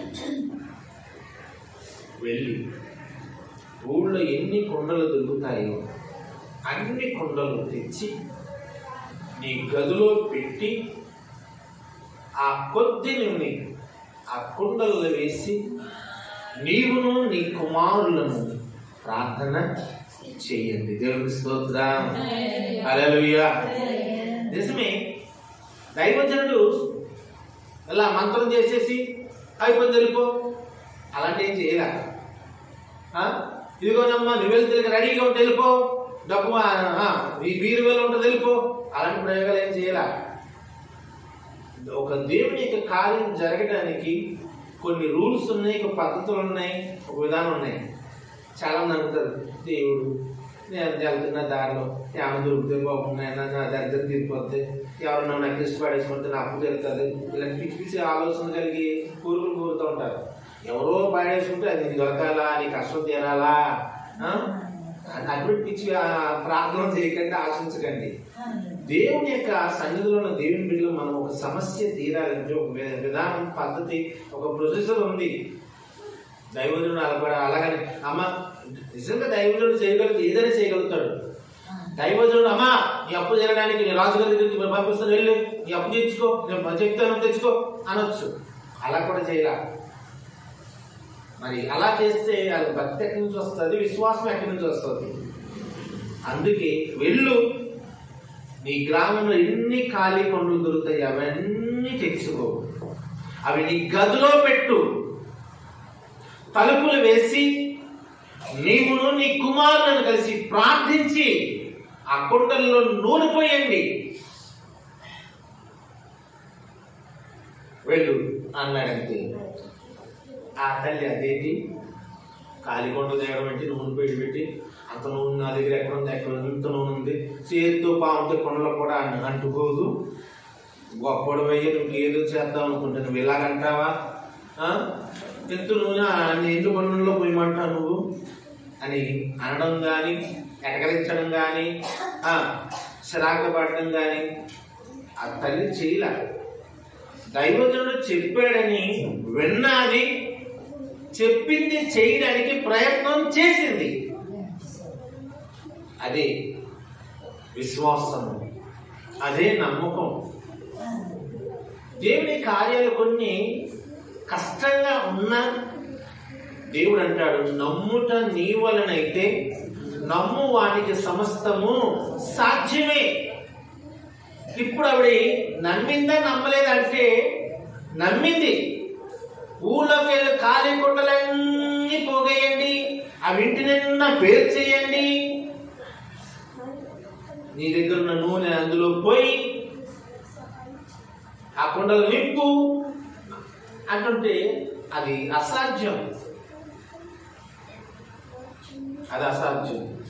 ఒకవేళ పాస్టర్ గారు ఇల్లు కట్టాలనుకుంటున్నాను, చేతిలో 10,000 ఉన్నాయి, ఎలా కట్టాలండి ఇల్లు అన్నారనుకో, ఒకవేళ దైవజనుడిగా అమ్మా ఆ 10,000 ఎదురుగుండా పెట్టుకుని నీవు నీ బిడ్డలు నీ ఇంట్లో వాళ్ళందరూ కలిసి ప్రార్థన చేసి ప్రారంభించండి అన్నారనుకో, ఊరుకోండి 10,000కి ఆట నిన్ను రాదు, పావుట నువ్వు ఎన్ను రాదు, ఇసుక రాదు, ఏం రాదు, ఆ 10,000కి ఇల్లుకి దిగిపోమంటారా అని ఎటకరిస్తాం. అంటే నమ్మకం ఉందా, నమ్మకం లేదా? చెప్పండి అమ్మా. నమ్మకం లేదు, పుట్టదు మనకి. ఎక్కడి నుంచి వస్తుంది? ఇల్లు పని ప్రారంభించాలంటే 10,000 ఇల్లు పని ఎలా ప్రారంభిస్తాం? ఏమవుతుందని ఒక లోడ్ ఎటకు కూడా రాదు, ఇసుక కూడా రాదు 10,000కి. నమ్మకం పుట్టదు. సరే దేవుడు కార్యం చేస్తాడండి నమ్ముతున్నాను అని చెప్పి ప్రారంభిస్తే అది విశ్వాసం ఉంది. కానీ మనకు అంత విశ్వాసాలు లేవు.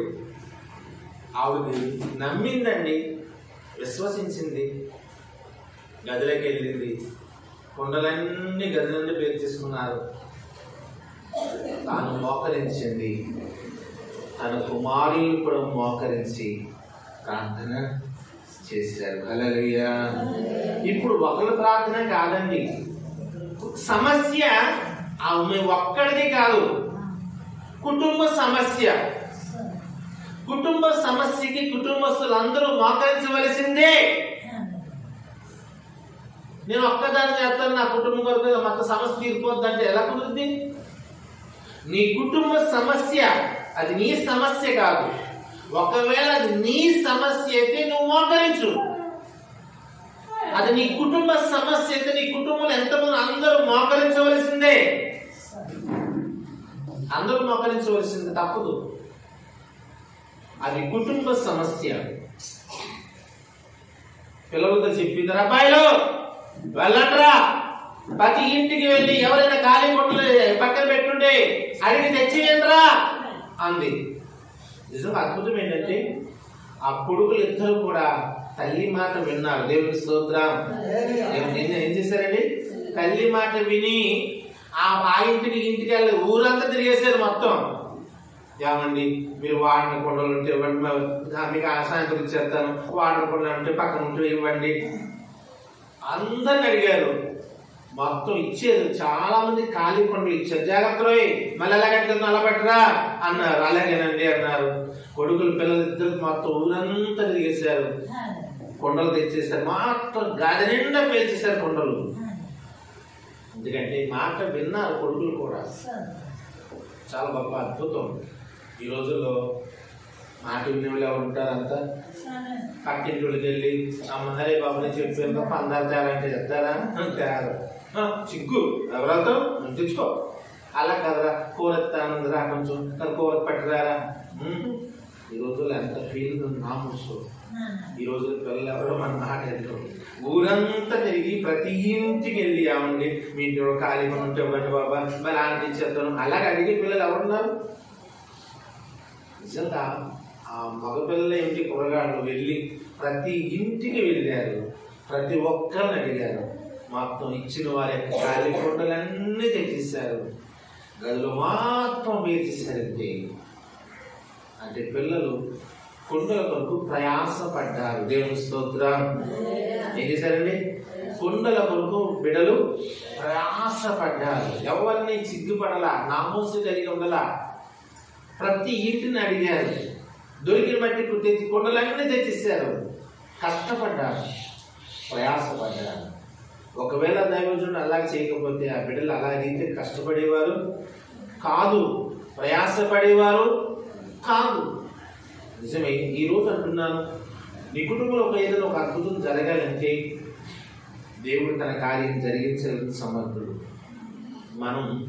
మన కుటుంబస్తులు శక్తి లోపం లేకుండా కష్టపడితే ఆ కష్టపడిన దానిని దేవుడు ఆశీర్వదించగలిగిన దేవుడు. హల్లెలూయా, హల్లెలూయా.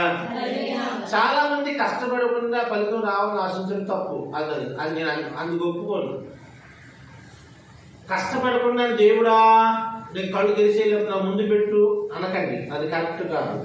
నువ్వు కష్టపడి దేవుని అడుగు, ఆ కష్టాన్ని ఆశీర్వదిస్తాడు. వచ్చిన ఆ పావలైన అద్భుతమైన దేవుడు దీవిస్తాడు. అంతేగాని మంచం మీద గొప్పుంటాను నా కాలగడ తెచ్చి అంటే చాలా తప్పది. ఈనాడు అనేక మంది క్రైస్తవులు అలాగే ఉన్నారు. ఎలా ఉన్నారంటే దేవుని ఎందుకు రావడానికి బద్ధకం. దేవుడు దీవించు అంటారు. ఎలా దేవుడు దీవిస్తాడు? నువ్వు ప్రయాసపడింది ఏది, నీ కష్టమేది, నీ బాధ ఏది అంటు ఇది కనిపించట్లా. ఒకవేళ ఒంట్లో బాగోలేదు అనుకోండి, ఇంట్లో కూర్చున్నాం జ్వరంతో, అప్పుడు డాక్టర్ గారు ఏమంటాడు, ఏమ్మా ఇంట్లో కూర్చుంటే నెలగా ఎక్కువ అయిపోద్ది, మరి సీరియస్ అయిపోతుంది జ్వరం, అర్జెంట్గా హాస్పిటల్కి వెళ్ళు అంటాడు. అంటాడంట. చెప్పండమ్మా. డాక్టర్ గారు నేను మంచి దిగలేకపోతున్నాను, హాస్పిటల్కి వెళ్ళలేనంటే అంటారా? అవసరంతో ఆటో కట్టించుకునేనా, గుమ్మ వరకు రప్పించి పిల్లలు పట్టుకునేనా, ఆటోలో కూర్చోబెట్టి హాస్పిటల్కి వెళ్తాం. వెళ్తాం ఎందుకు? బ్రతకాలని. చెప్పనమ్మా, ఆశ. అదే గుడికి రమ్మంటే వస్తాం. హాస్పిటల్కి అయినా వెళ్ళి డాక్టర్ గారు ఆపరేషన్ థియేటర్లో ఉన్నాడు అనుకోండి, ఒక గంట పడుతుందా కూర్చోండి అన్నారు అనుకో, గంట అయినా 2 గంటలైనా అలా సూరుమంట నీరసం అలా కూర్చుని ఉంటాం. హాస్పిటల్లో కుర్చీలు అలాగా మందులు గంపుగాడు అలా కూర్చునే ఉంటాం. కానీ అదే ఓపికతో దేవుని యొక్క సన్నిధిలో కూర్చోగలుగుతామా? కూర్చునేంత భక్తి ఉందా అంటే ఈ రోజుల్లో క్రైస్తవులకు లేదు. అందుకే నేను అంటున్నాను, క్రైస్తవులు సరైన ఆశీర్వాదం ఎందుకు పొందలేకపోతున్నారు తెలుసా? హాస్పిటల్లైనా పడుగాపులాడుతూ డాక్టర్ వస్తాడేమో అని ఎదురు చూస్తాం. కానీ నా యేసయ్య సన్నిధికి వెళ్తే నా దేవుడే పరమ వైద్యుడు. నా దేవునికి అసాధ్యం ఏముంది? గుండెకి మార్చేస్తాడు ఆపరేషన్ లేకుండానే. అట్టి నమ్మకంతో మన దేవుని అలా అడగలిగితే ఎంత అద్భుతం.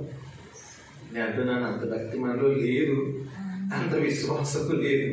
అందుకే అంటున్నాను సార్, ఆ విశ్వాసం లేకే సరైన కార్యాన్ని మనం పొందలేకపోతున్నాం, అనుభవంలోనికి రాలేకపోతున్నాం.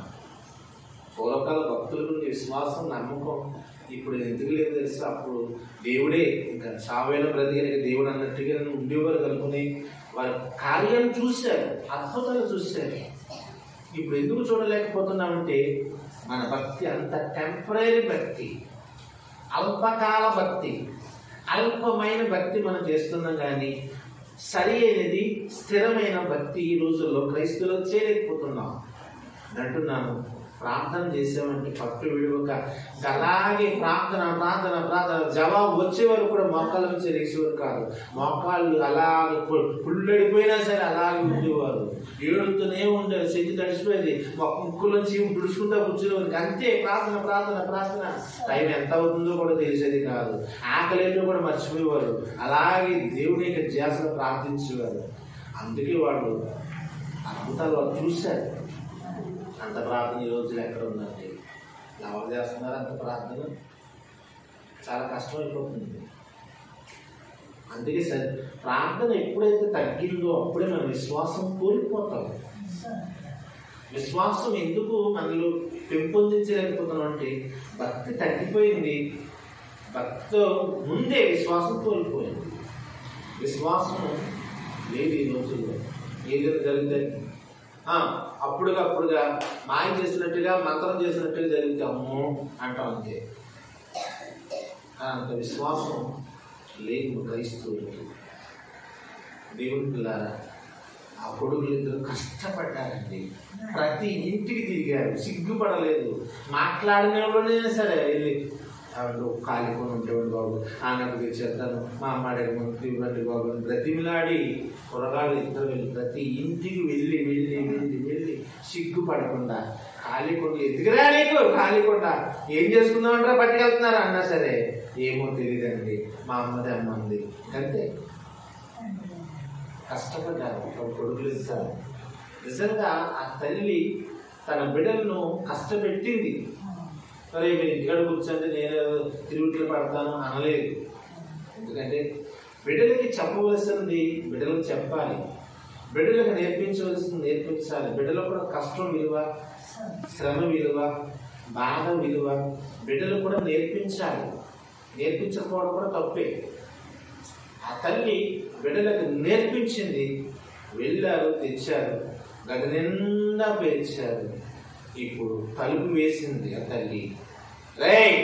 రండి ప్రార్థన చేద్దాం అని చెప్పింది.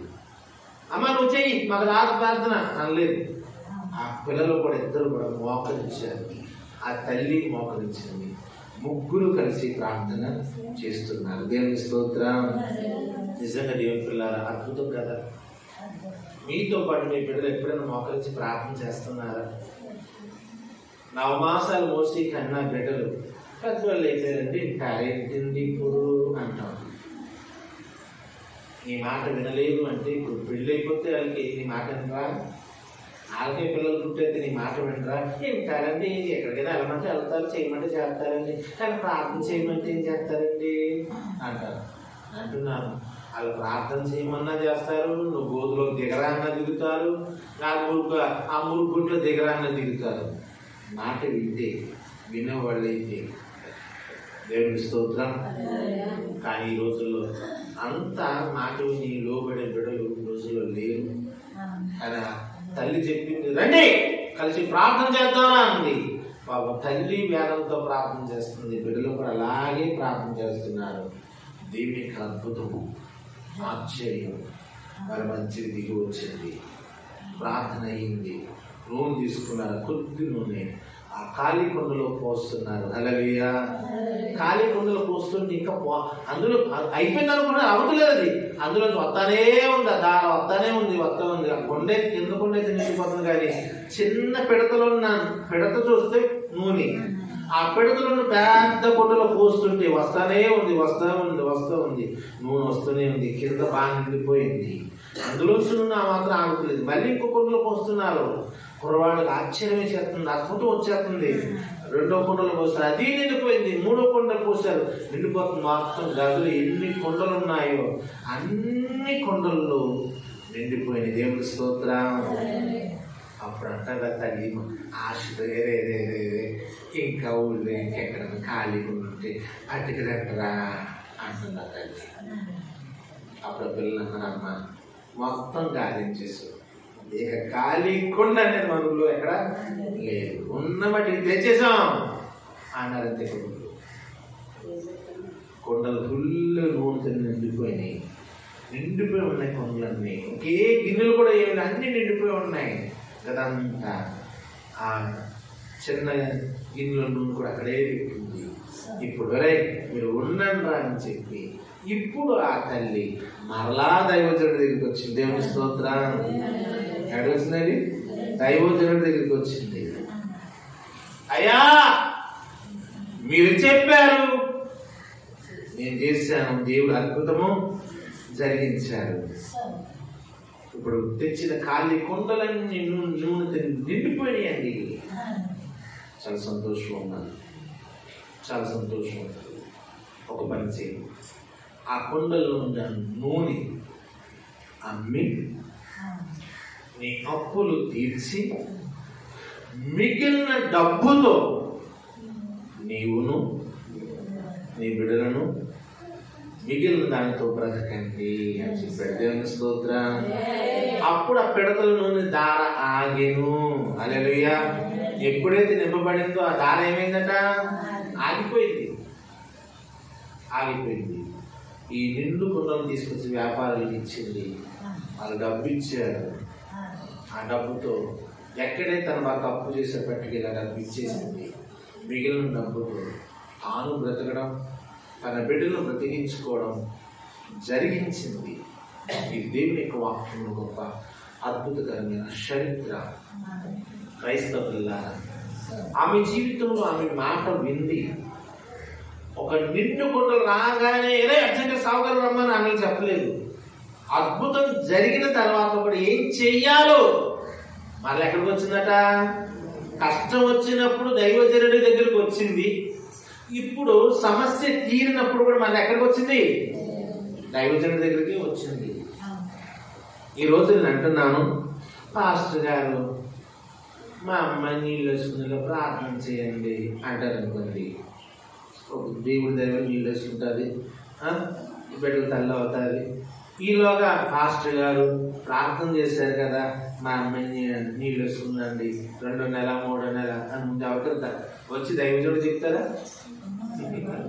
చెప్పరు. ఎందుకు? ప్రార్థన అవసరం అడిగారు. ఒకవేళ దేవుడు తీస్తే మరలా వచ్చి, అయ్యా మీరు ప్రార్థన చేయమన్నా చేశారు, సమస్య తీరిందండి, మరి దీవించండి, ఇంకా ఏం ఉండవు, అవేం ఉండవు. ఈ రోజుల్లో చాలా విషయాలు అడుగుతాం కానీ సమస్య తీరేక వాళ్ళు జ్ఞాపకం చేసుకోవడమే ఉండదు.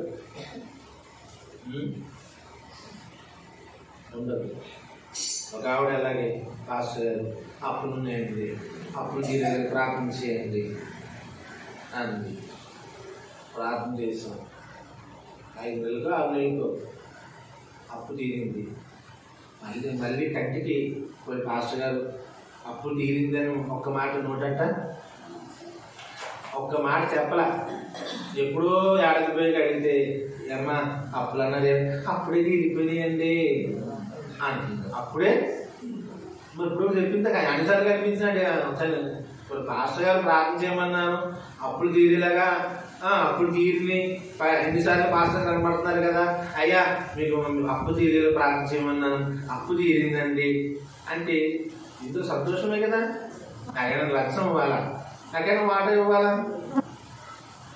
చాలా మంది ఇలాగే ఉంటారు, ప్రార్థన వరకు చేయించుకుంటారు కానీ సమస్య తీరేక మరలా దాని గురించి ప్రస్తావనే రాదు. కానీ ఆవిడ అలా చేయలేదండి. దైవజనుడు చెప్పింది చేసింది, అద్భుతం జరిగింది. ఈ అద్భుతం జరగగానే ముందు ఎవరికి చెప్పింది తెలుసా? దైవజనుడికి మాత్రమే చెప్పింది. మొదట బాధ దైవజనుడికి చెప్పింది, ఆనందము కూడా దైవజనుడికి చెప్పింది. ఎంత అద్భుతమైన దేవుని పిల్లల అంటున్నాను. అట్టి విశ్వాసం, అట్టి నమ్మకం ఏ కుటుంబాల్లో ఎవరైనా కలిగి ఉంటే వారి జీవితాల్లో సమస్య తీరడమే కాదు, సమస్య తీర్చిన దేవుడే మిగిలేలాగా దేవుడు ఉంచుతాడు. దేవునికి స్తోత్రం, హల్లెలూయా. కొందరి జీవితాల్లో ఏది మిగలదు. మన వాళ్ళు ఒక మాట అంటాడు, ఎంత పెరిగినా ఆ గురు తోక బెత్తడే, గొర్రె ఎంత పెరిగినా దాని తోక బెత్తడే. కొందరు జీవితాల్లో 10,000 అప్పుడు అదే, 20,000 వచ్చినా అదే, ఇప్పుడు 30,000 వచ్చినా అంతే. ఏంటండి 10,000 అప్పుడు ఎలా ఉన్నారు, ఇప్పుడు 30,000 వచ్చినా అంతేనా? అంతే. అందులో ఏమీ లేదు తెలుసా, సరైన ఆశీర్వాదం లేదు. 10,000 అప్పుడు అదే జీవితం అయింది, ఇప్పుడు 30,000 వచ్చినా అదే జీవితం అయింది. ఇందులో మార్పు, ఇందులో రూపాయి మిగిలింది ఏముంది? అప్పుడు అంటారు, మీకేం తెలుస్తుంది, అంత చెట్టుకి అంతే కాలండి. ఇది ఒకటి నేర్చుకున్నారు చాలా మంది, ఏంటంటే ఎంత చెట్టుకి అంతే కాదు. అంతేగాని అందులో దేవుని ఆశీర్వాదం లేదన్న సంగతి గ్రహించలేకపోతున్నాం. దేవుడి యొక్క ఆశ్చర్యకారి నీ పట్ల ఉంటే మిగులుతుందే గాని ఎక్కడెక్కడ సంపాదన చేసేవాడు కాదు. ఆ వెధవరాలి కుటుంబంలో దేవుడు చేసిన అద్భుతం మిగిలిందా, అప్పుల మట్టికే తీరిందా? చెప్పనమ్మా, మిగిలేలాగ దేవుడు చేస్తాడు కానీ అక్కడెక్కడ సరిపోయేలాగా చేసి సరిపెట్టేసేవాడు కాదు. ఎందుకంటే ఆయన చేసే కార్యాలు అద్భుత కార్యాలు. హల్లెలూయా. ఆయన చేసే కార్యాలు అద్భుతాలు, ఊహించలేని ఆశ్చర్య కార్యాలు. అక్కడక్కడ లిమిట్గా చేసి అక్కడ సరిపెట్టేసి సదురుబాటు చేసి సరిచేసేవాడు కాదు. దేవుడు చేసే అద్భుతాలు మిగులుతాయే కానీ కలుగు మాత్రం రాదు, మిగులుతాయి. ఆ పేద వెధవరాలి కుటుంబాలు దేవుడు చేసిన అద్భుతం మిగిలేలా చేశాడు దేవుడు. హల్లెలూయా. ఎందుకంటే దేవుని కార్యాలు అంతే. అలాగే మన ప్రభువైన యేసుక్రీస్తు వారు తన సువార్తల్లో 5,000 మంది, ఎంతమంది అండి? ఎక్కడ చెప్పండి? 5,000 మంది పురుషులు. లెక్క ఏంటి? 5,000 మంది పురుషులు ఆయన వాక్యం వినడానికి వచ్చారు. నీకు ఆడవాళ్ళు రాగదా? చెప్పండి అమ్మా. 5,000 మంది పురుషులు, అదే లెక్క. కానీ ఆడవాళ్ళు రాగదా? పురుషుల కంటే ఆడవాళ్ళు ఎక్కువ, కానీ ఆడవాళ్ళు లెక్క లేదు. అప్పుడు స్కూళ్ళు చదువుల సంఖ్య లేవు, వెనకాల తోకల్లాగా తిరిగి అమ్మబాబులు కూడా. ఈ పిల్లకాయలు ఇంకెంతమంది ఉంటారు తెలుసా? అక్కడ బైబిల్ ఉంది, పిల్లలను ఏంటండి, పిల్లలు నా యొద్దకు రానివ్వండి. అక్కడ ఎంతమంది పిల్లలు ఉన్నారు తెలుసా? మగవాళ్ళు 5,000 మంది అయితే స్త్రీలు ఎంతమంది ఉంటారు? సంఘాల్లో 10 మంది మగవాళ్ళు ఉన్నారు అనుకుంటా, ఆడవాళ్ళు ఎంతమంది ఉంటారు? మాట్లాడండి. ఆ 10 మంది మగవాళ్ళకి 10 మంది ఆడవాళ్ళు వస్తారా? అంటే స్త్రీల సంఖ్య ఎక్కువ, పురుషుల సంఖ్య ఎక్కువ? స్త్రీల సంఖ్య ఎక్కువ. ఆనాడు యేసు ప్రభువు చెప్పిన సువార్తల్లో కూడా అనేక మంది స్త్రీలు ఎక్కువ. పురుషులే 5,000 మంది ఉంటే ఇంకా స్త్రీలు ఎంతమంది ఉంటారు? పోనీ 10,000 వేసుకోండి. ఆయన వెనకాల ఉన్న బుడ్డాగాళ్ళ పిల్లలు ఉన్నారు, తోకకాయలు, తోకలు, వీళ్ళు ఎంతమంది ఉంటారు? వాళ్ళు ఎలా వేసుకున్నా ఇంచుమించు 2-3 పిల్లలు కూడా వచ్చేసేవారు. ఒక 10,000 వేసుకోండి. ఈ 10,000, ఈ 10,000, 20, ఈ 5,000 మంది పురుషులు ఎంతమంది అయ్యారంటే అక్కడికి? 25,000. ఈ 25,000 మంది దేవుని యొక్క వాక్యం వింటున్నారు. ఆ వాక్యం వింటున్నప్పుడు దేవుడు ఆర్కెస్ట్రా పెట్టాడా? సినిమా తెరలాగా ప్రొజెక్టర్ పెట్టాడా? ఏమున్నాయి చెప్పండి అమ్మా. ఏమున్నాయి? కొన్ని ఏసీ వేయించాడా? కుర్చీలు వేయించాడా? ఏమున్నాయి? ఏమీ లేదు. ఇప్పుడు మనుషులకి అన్నీ ఉండాలి, అన్నీ ఉంటేనే వస్తారు. కూర్చున్నా అక్కడికి వెళ్తే కింద కూర్చోవాలి, ఎక్కడైతే కుర్చీలు ఉన్నాయి అడిగెళ్తూ కరెంట్లకు తీసుకోవాలి. ఇక్కడ ఈ సమ్మలకి ఏసీలు ఉన్నాయి. ఇలా చెప్పుకుంటారు మనుషులు. సుఖానికి అలవాటు పడుతున్న క్రైస్తవులు. ఎక్కడైతే పెద్ద మ్యూజిక్లు ఉన్నాయి, సౌండ్ సిస్టమ్ ఉంది, పెద్ద స్టేజ్ ఉంటుంది, 1,000 మంది, ఏమి సుందరంగా ఉంటుందో. ఏం కావాలి మనుషులకి? ఆడంబరాలు కావాలి ఈ రోజుల్లో. పూర్వకలా ఏమీ లేవు. ఒక్కడే పండుగ నుంచి రసం చేస్తుంటే ఆ కింద అలా రౌండ్ కూర్చుని వినేవారు అంతే. ఆ రాళ్ళ దగ్గర, బట్టల దగ్గర, ఆ నేల మీద కూర్చుని వాక్యం వినేవారు. 25,000 మంది దేవుని యొక్క వాక్యం వింటున్నారు. అడలరే అక్కడికి ప్రసంగం అయిపోయింది అన్నాడు. ఎవరు ఇళ్ళకి వెళ్ళరే? ఎవరింటికి వెళ్తలేదు. యేసు ప్రభువుకి జాలేసింది. అయ్యో, ప్రసంగం ముగించి ఇంటికి ఎవరు వెళ్తలేదు, ఎక్కడ కూర్చుండిపోయారు అని చెప్పి జాలిపడి వారి మీద దయ ఉంది శిష్యులతో అన్నాడు, శిష్యులారా మరి మీరు వెళ్ళి ఆహారాలు కొనుక్కురండి. ఏమైనా అనగా ఎలక అన్నాడు. ఎలకే అన్నాడు. ఏంటి ఈ 12,000 మందికి ఆహారమా? అసలు ఎక్కడ దొరికింది ఎంతమందికి? ఎక్కడ తిరిగినా అంతమందికి ఆహారం దొరకదు. మీరే పెట్టండి అన్నాడు. మా దగ్గర ఏం లేదు బాబోయ్ అన్నారు. అప్పుడు యేసు ప్రభు వారు లేకపోతే మన దగ్గర ఎవరి దగ్గర ఆహారం ఉందామా అన్నాడు. బైబిల్లో ఉంది, ఒక పిల్లవాడి దగ్గర 5 రొట్టెలు 2 చేపలు ఉన్నాయి. వాడు తెచ్చుకున్న ఆహారం ఎందుకు ఆడ తినలేదు. దేవుని యొక్క వాక్యం వినగా ఆ వాక్యం వాడు కడుపు నిండిపోయింది అనుకుంటే ఇది తినలేదు. వాడు అలా పెట్టి కూర్చున్నాడు. అయితే ఇచ్చారు యేసు ప్రభు దగ్గరికి. బైబిల్ ఉంది, ప్రభు వారు వాటిని పట్టుకుని కృతజ్ఞతాస్తుతులు చెల్లించి వేరొచ్చి కట్టండి రోజులు. దేవుని స్తోత్రం. ఏం చేశారంటే వాటికి కృతజ్ఞతాస్తుతులు.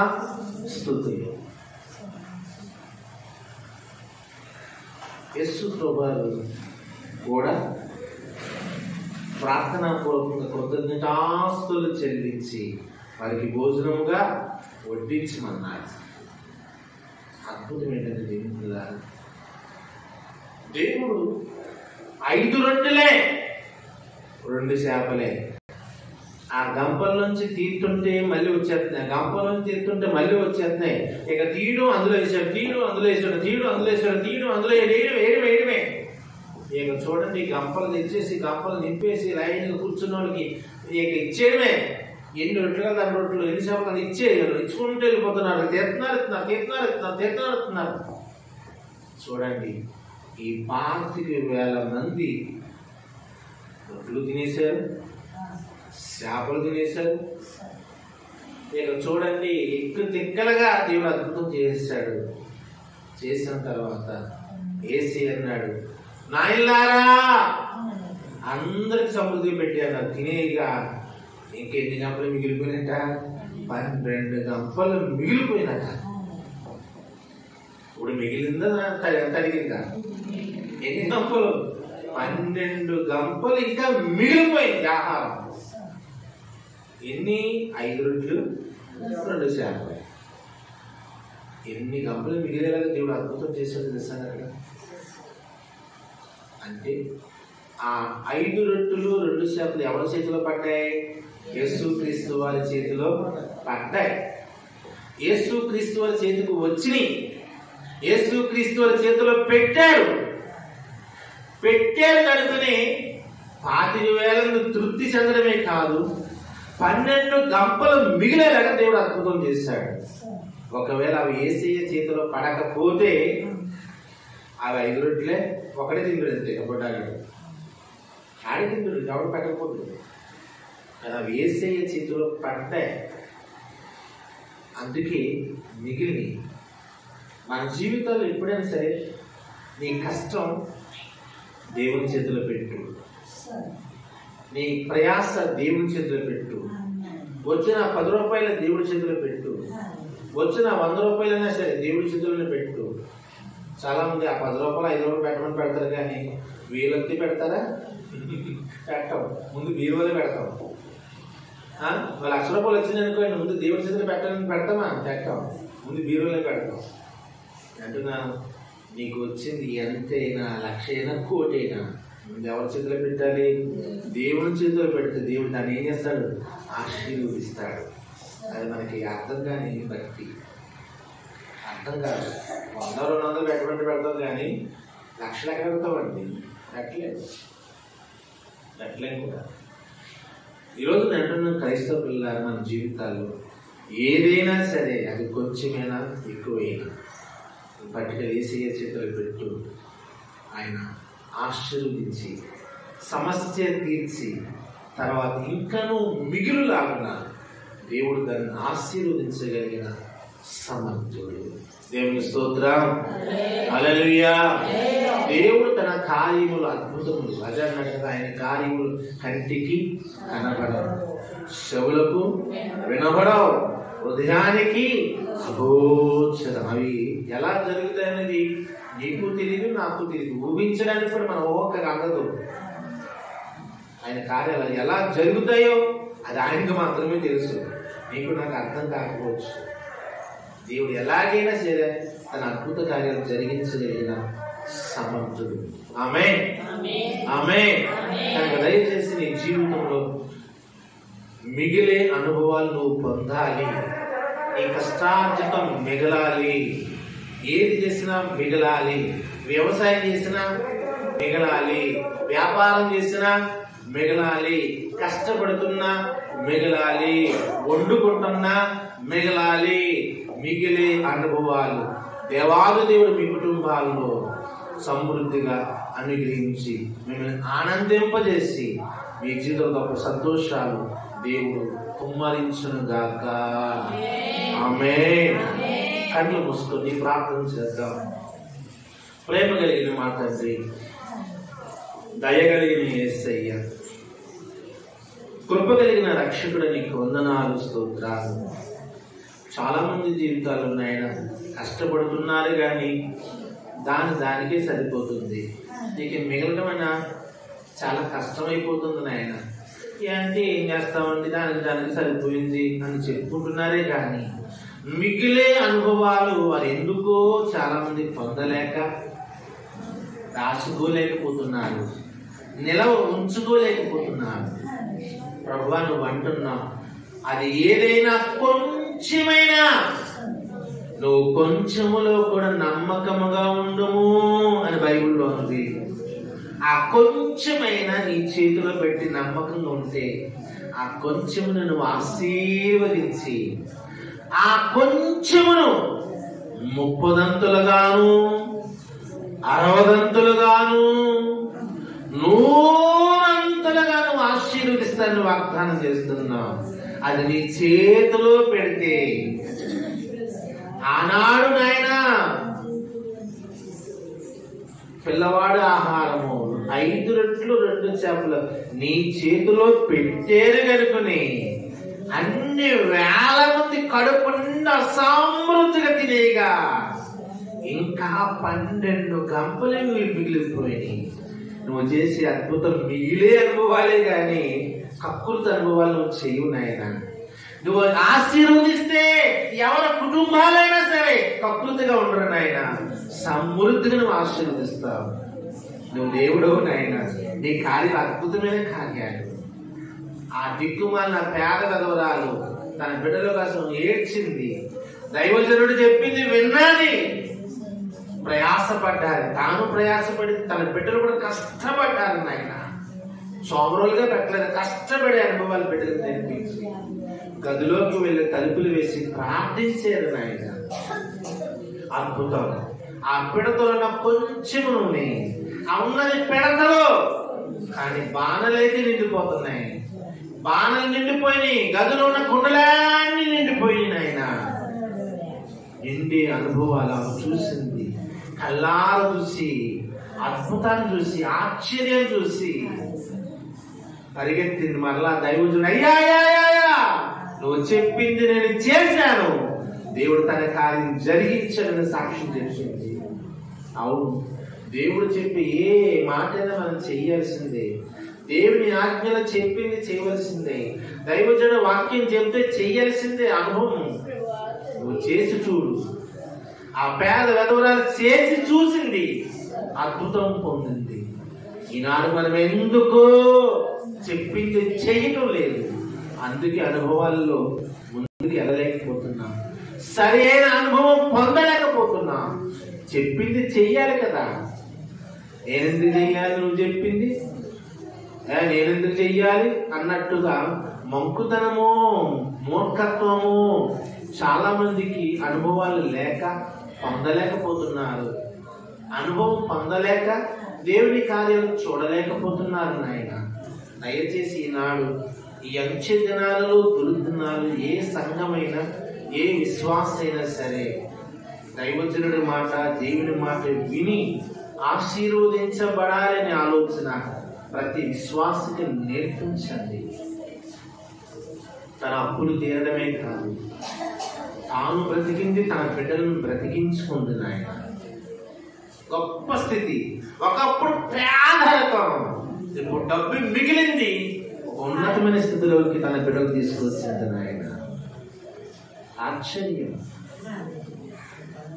అవును, పెంట కుప్పల మీదుంది దీనులను పైకెత్తువాడు ఆయనే వాగ్దానం చేస్తున్నాడు.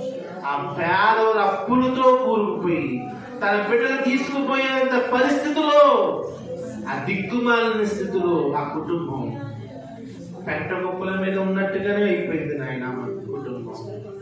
కానీ ఆ కుటుంబం నిన్ను ఆశ్రయించింది, విశ్వసించింది. ఆ పెంట కుప్పల మీద ఉన్నట్టుగా దీనమైన కుటుంబాన్ని లేవనెత్తావు, అప్పులు తీర్చావు, ఉన్నతమైన స్థితిలో ఆ డబ్బుతో గొప్పవాళ్ళు అయ్యారు నాయన. ఎంత నమ్మింది, విశ్వసించింది. మా జీవితాల్లో కూడా అటువంటి ఉన్నతమైన నమ్మకం, విశ్వాసము మాకు దయచేయండి. మేము నమ్మకం లేకే, మాకు విశ్వాసం లేకే ఎక్కడేసిన గొంగల్లాగా అలాగే ఉంటున్నాం. ఎదుగు లేదు, పొదుగు లేదు, సరైన దీవెన లేదు, సరైన ఆశీర్వాదం లేకుండా ఉంటున్నారేమోనైనా. ఒకవేళ ఎవరైనా దయచేసి ప్రతి కుటుంబం బాగుండాలి, ప్రతి కుటుంబం దీవించబడాలి, ప్రతి కుటుంబంలో ప్రతి సమస్య తీర్చబడాలి, ప్రతి కుటుంబం సంతోషాలతో ఉండాలన్న ఆశ, ప్రతి కుటుంబము ఆశీర్వాదాల్లో ఉండాలి, దీవులతో ఉండాలి, మేళ్లతో ఉండాలి, వారు బాగుండాలి, వారి పిల్లాపాపలు బాగుండాలన్న ఆశతో ఈ మాటలు తెలియజేస్తున్నాం. నువ్వంటే నమ్మకం పుట్టించండి, నీ సన్నిధి అంటే విశ్వాసం వరకు కలుగు చేయండి. ఎందుకంటే నిన్ను నమ్మితే నువ్వు సిగ్గుపరిచేవాడు కాదు. కలగా చేస్తాను కానీ తొక్కగా చేయనంటున్నావు, గొప్పవాళ్ళుగా చేస్తాను కానీ దిగుమలుగు వాళ్ళుగా చేయనంటున్నావు. నువ్వు ఇచ్చిన వాగ్దానాలు అంత గొప్ప వాగ్దానాలు చేస్తున్నావు, అవి ఎందుకో చాలా మంది పొందలేకపోతున్నారయ్యా. ఇంకా దీనులుగా ఉండిపోతున్నారు, ఇంకా దిక్కుమాలుగాను వారుగా ఉండేవారుగా ఉంటున్నారు. నీకు అలా ఉండడం నీకు సంతోషం కాదు, నీకు ఆనందం కాదు నాయన. అందరూ గొప్ప వాళ్ళు కావాలి, నా పిల్లలైన వారు గొప్ప స్థితిలో ఉండాలని కోరుకుంటున్నావు. కానీ ఈ మాటలు వింటున్నా ప్రతి కుటుంబం గొప్పవారిగా చేయి, భాగ్యవంతులుగా చేయి, ఐశ్వర్యవంతులుగా చేయి. వాళ్ళ కష్టార్జితం పావులైన అర్ధరూపైన రూపైనా కానీ అది మిగిలే అనుభవాలు వారి కుటుంబాలకు దయచేయి. వారి అవసరతలో తీరిపోవాలి, వారి అప్పుల సప్పులు తీరిపోవాలి, ఇంకా మిగలాలి, ఉన్నతమైన స్థితిలో ఉండాలి. అన్ని అనుభవాలు వారికి వారి కుటుంబానికి నేర్పించమని నేను ప్రార్థన చేస్తున్నాను. తండ్రి, ఈ సమయంలో ఈ మాటలు ఉన్న ప్రతి బిడ్డను నీ చేతులకు అప్పగిస్తూ నీ రాకడకు సంతోషవంతులుగా ఆనందవంతులుగా చేసి దీవించి మీరే మహిమ పొందమని మా ప్రభును రక్షకుడు యేసు క్రీస్తు వారి నామమున ప్రార్థించి వేడుకుంటున్నాను తండ్రి. ఆమేన్. మీ తైలాలు తీసుకోండి, మూతలు తీయండి. తైలాల కొరకు ప్రార్థన. మహోన్నతుడా, సర్వోన్నతుడానికి స్తోత్రాలు. మేము మానవులము, నువ్వు దేవుడవు. మావి మట్టి దేహాలు. ఎప్పుడు ఆరోగ్యం ఉంటామో మాకే తెలియదు, ఎప్పుడు అనారోగ్యం వస్తుందో మాకు తెలియదు. ఎందుకంటే ఈ మట్టి దేహాలు కదా, ఎప్పుడు మారిపోతుందో మాకు తెలియదు. సడన్ గా పరిగెత్తలు వచ్చేయచ్చు. కానీ నువ్వు దేవుడు అంటున్నావు. నా గాయముల ద్వారా మీకు స్వస్థత కలుగునని వాగ్దానం చేస్తున్నావు. నిన్ను స్వస్థపరిచి యెహోవాను నేనే అని వాగ్దానం చేస్తున్నా. తండ్రి, నువ్వు స్వస్థపరిచేవాడు, బాగు చేసేవాడు, ఆరోగ్యం ఇచ్చేవాడు నువ్వే. నీ బిడ్డలు తెలుసుకున్నా ఆ నూనె కొరకు నేను ప్రార్థన చేస్తున్నాను. వాక్యం ఉంది, మీలో ఎవరైనా బలహీనులా అయితే నూనె రాసి ప్రార్థన చెయ్యండి అంటున్నాను. అట్టి నూనె నీ సన్నిధికి తెచ్చుకున్నాను. ఆ నూనె కొరకు నేను ప్రార్థిస్తున్నాను. ఎంతవరకు నూనె ప్రభువా ఈరోజు నీ చేతికి అప్పగిస్తున్నావు, నీకు కృతజ్ఞతాస్తుతులు చెల్లిస్తున్నాం.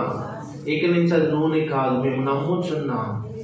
మా కొరికి నువ్వు కార్చిన నీ సిలువ రక్తమని, అదే మా శరీరాలకు పరమ ఔషధమని నమ్ముచున్నాం. ఎవరు రాసుకున్న శారీరక స్వస్థత, మానసిక స్వస్థత, ఆధ్యాత్మికమైన విడుదల వారికి కలిగించి వారి జీవితాల ఆనంద సంతోషాలు దయచేయండి.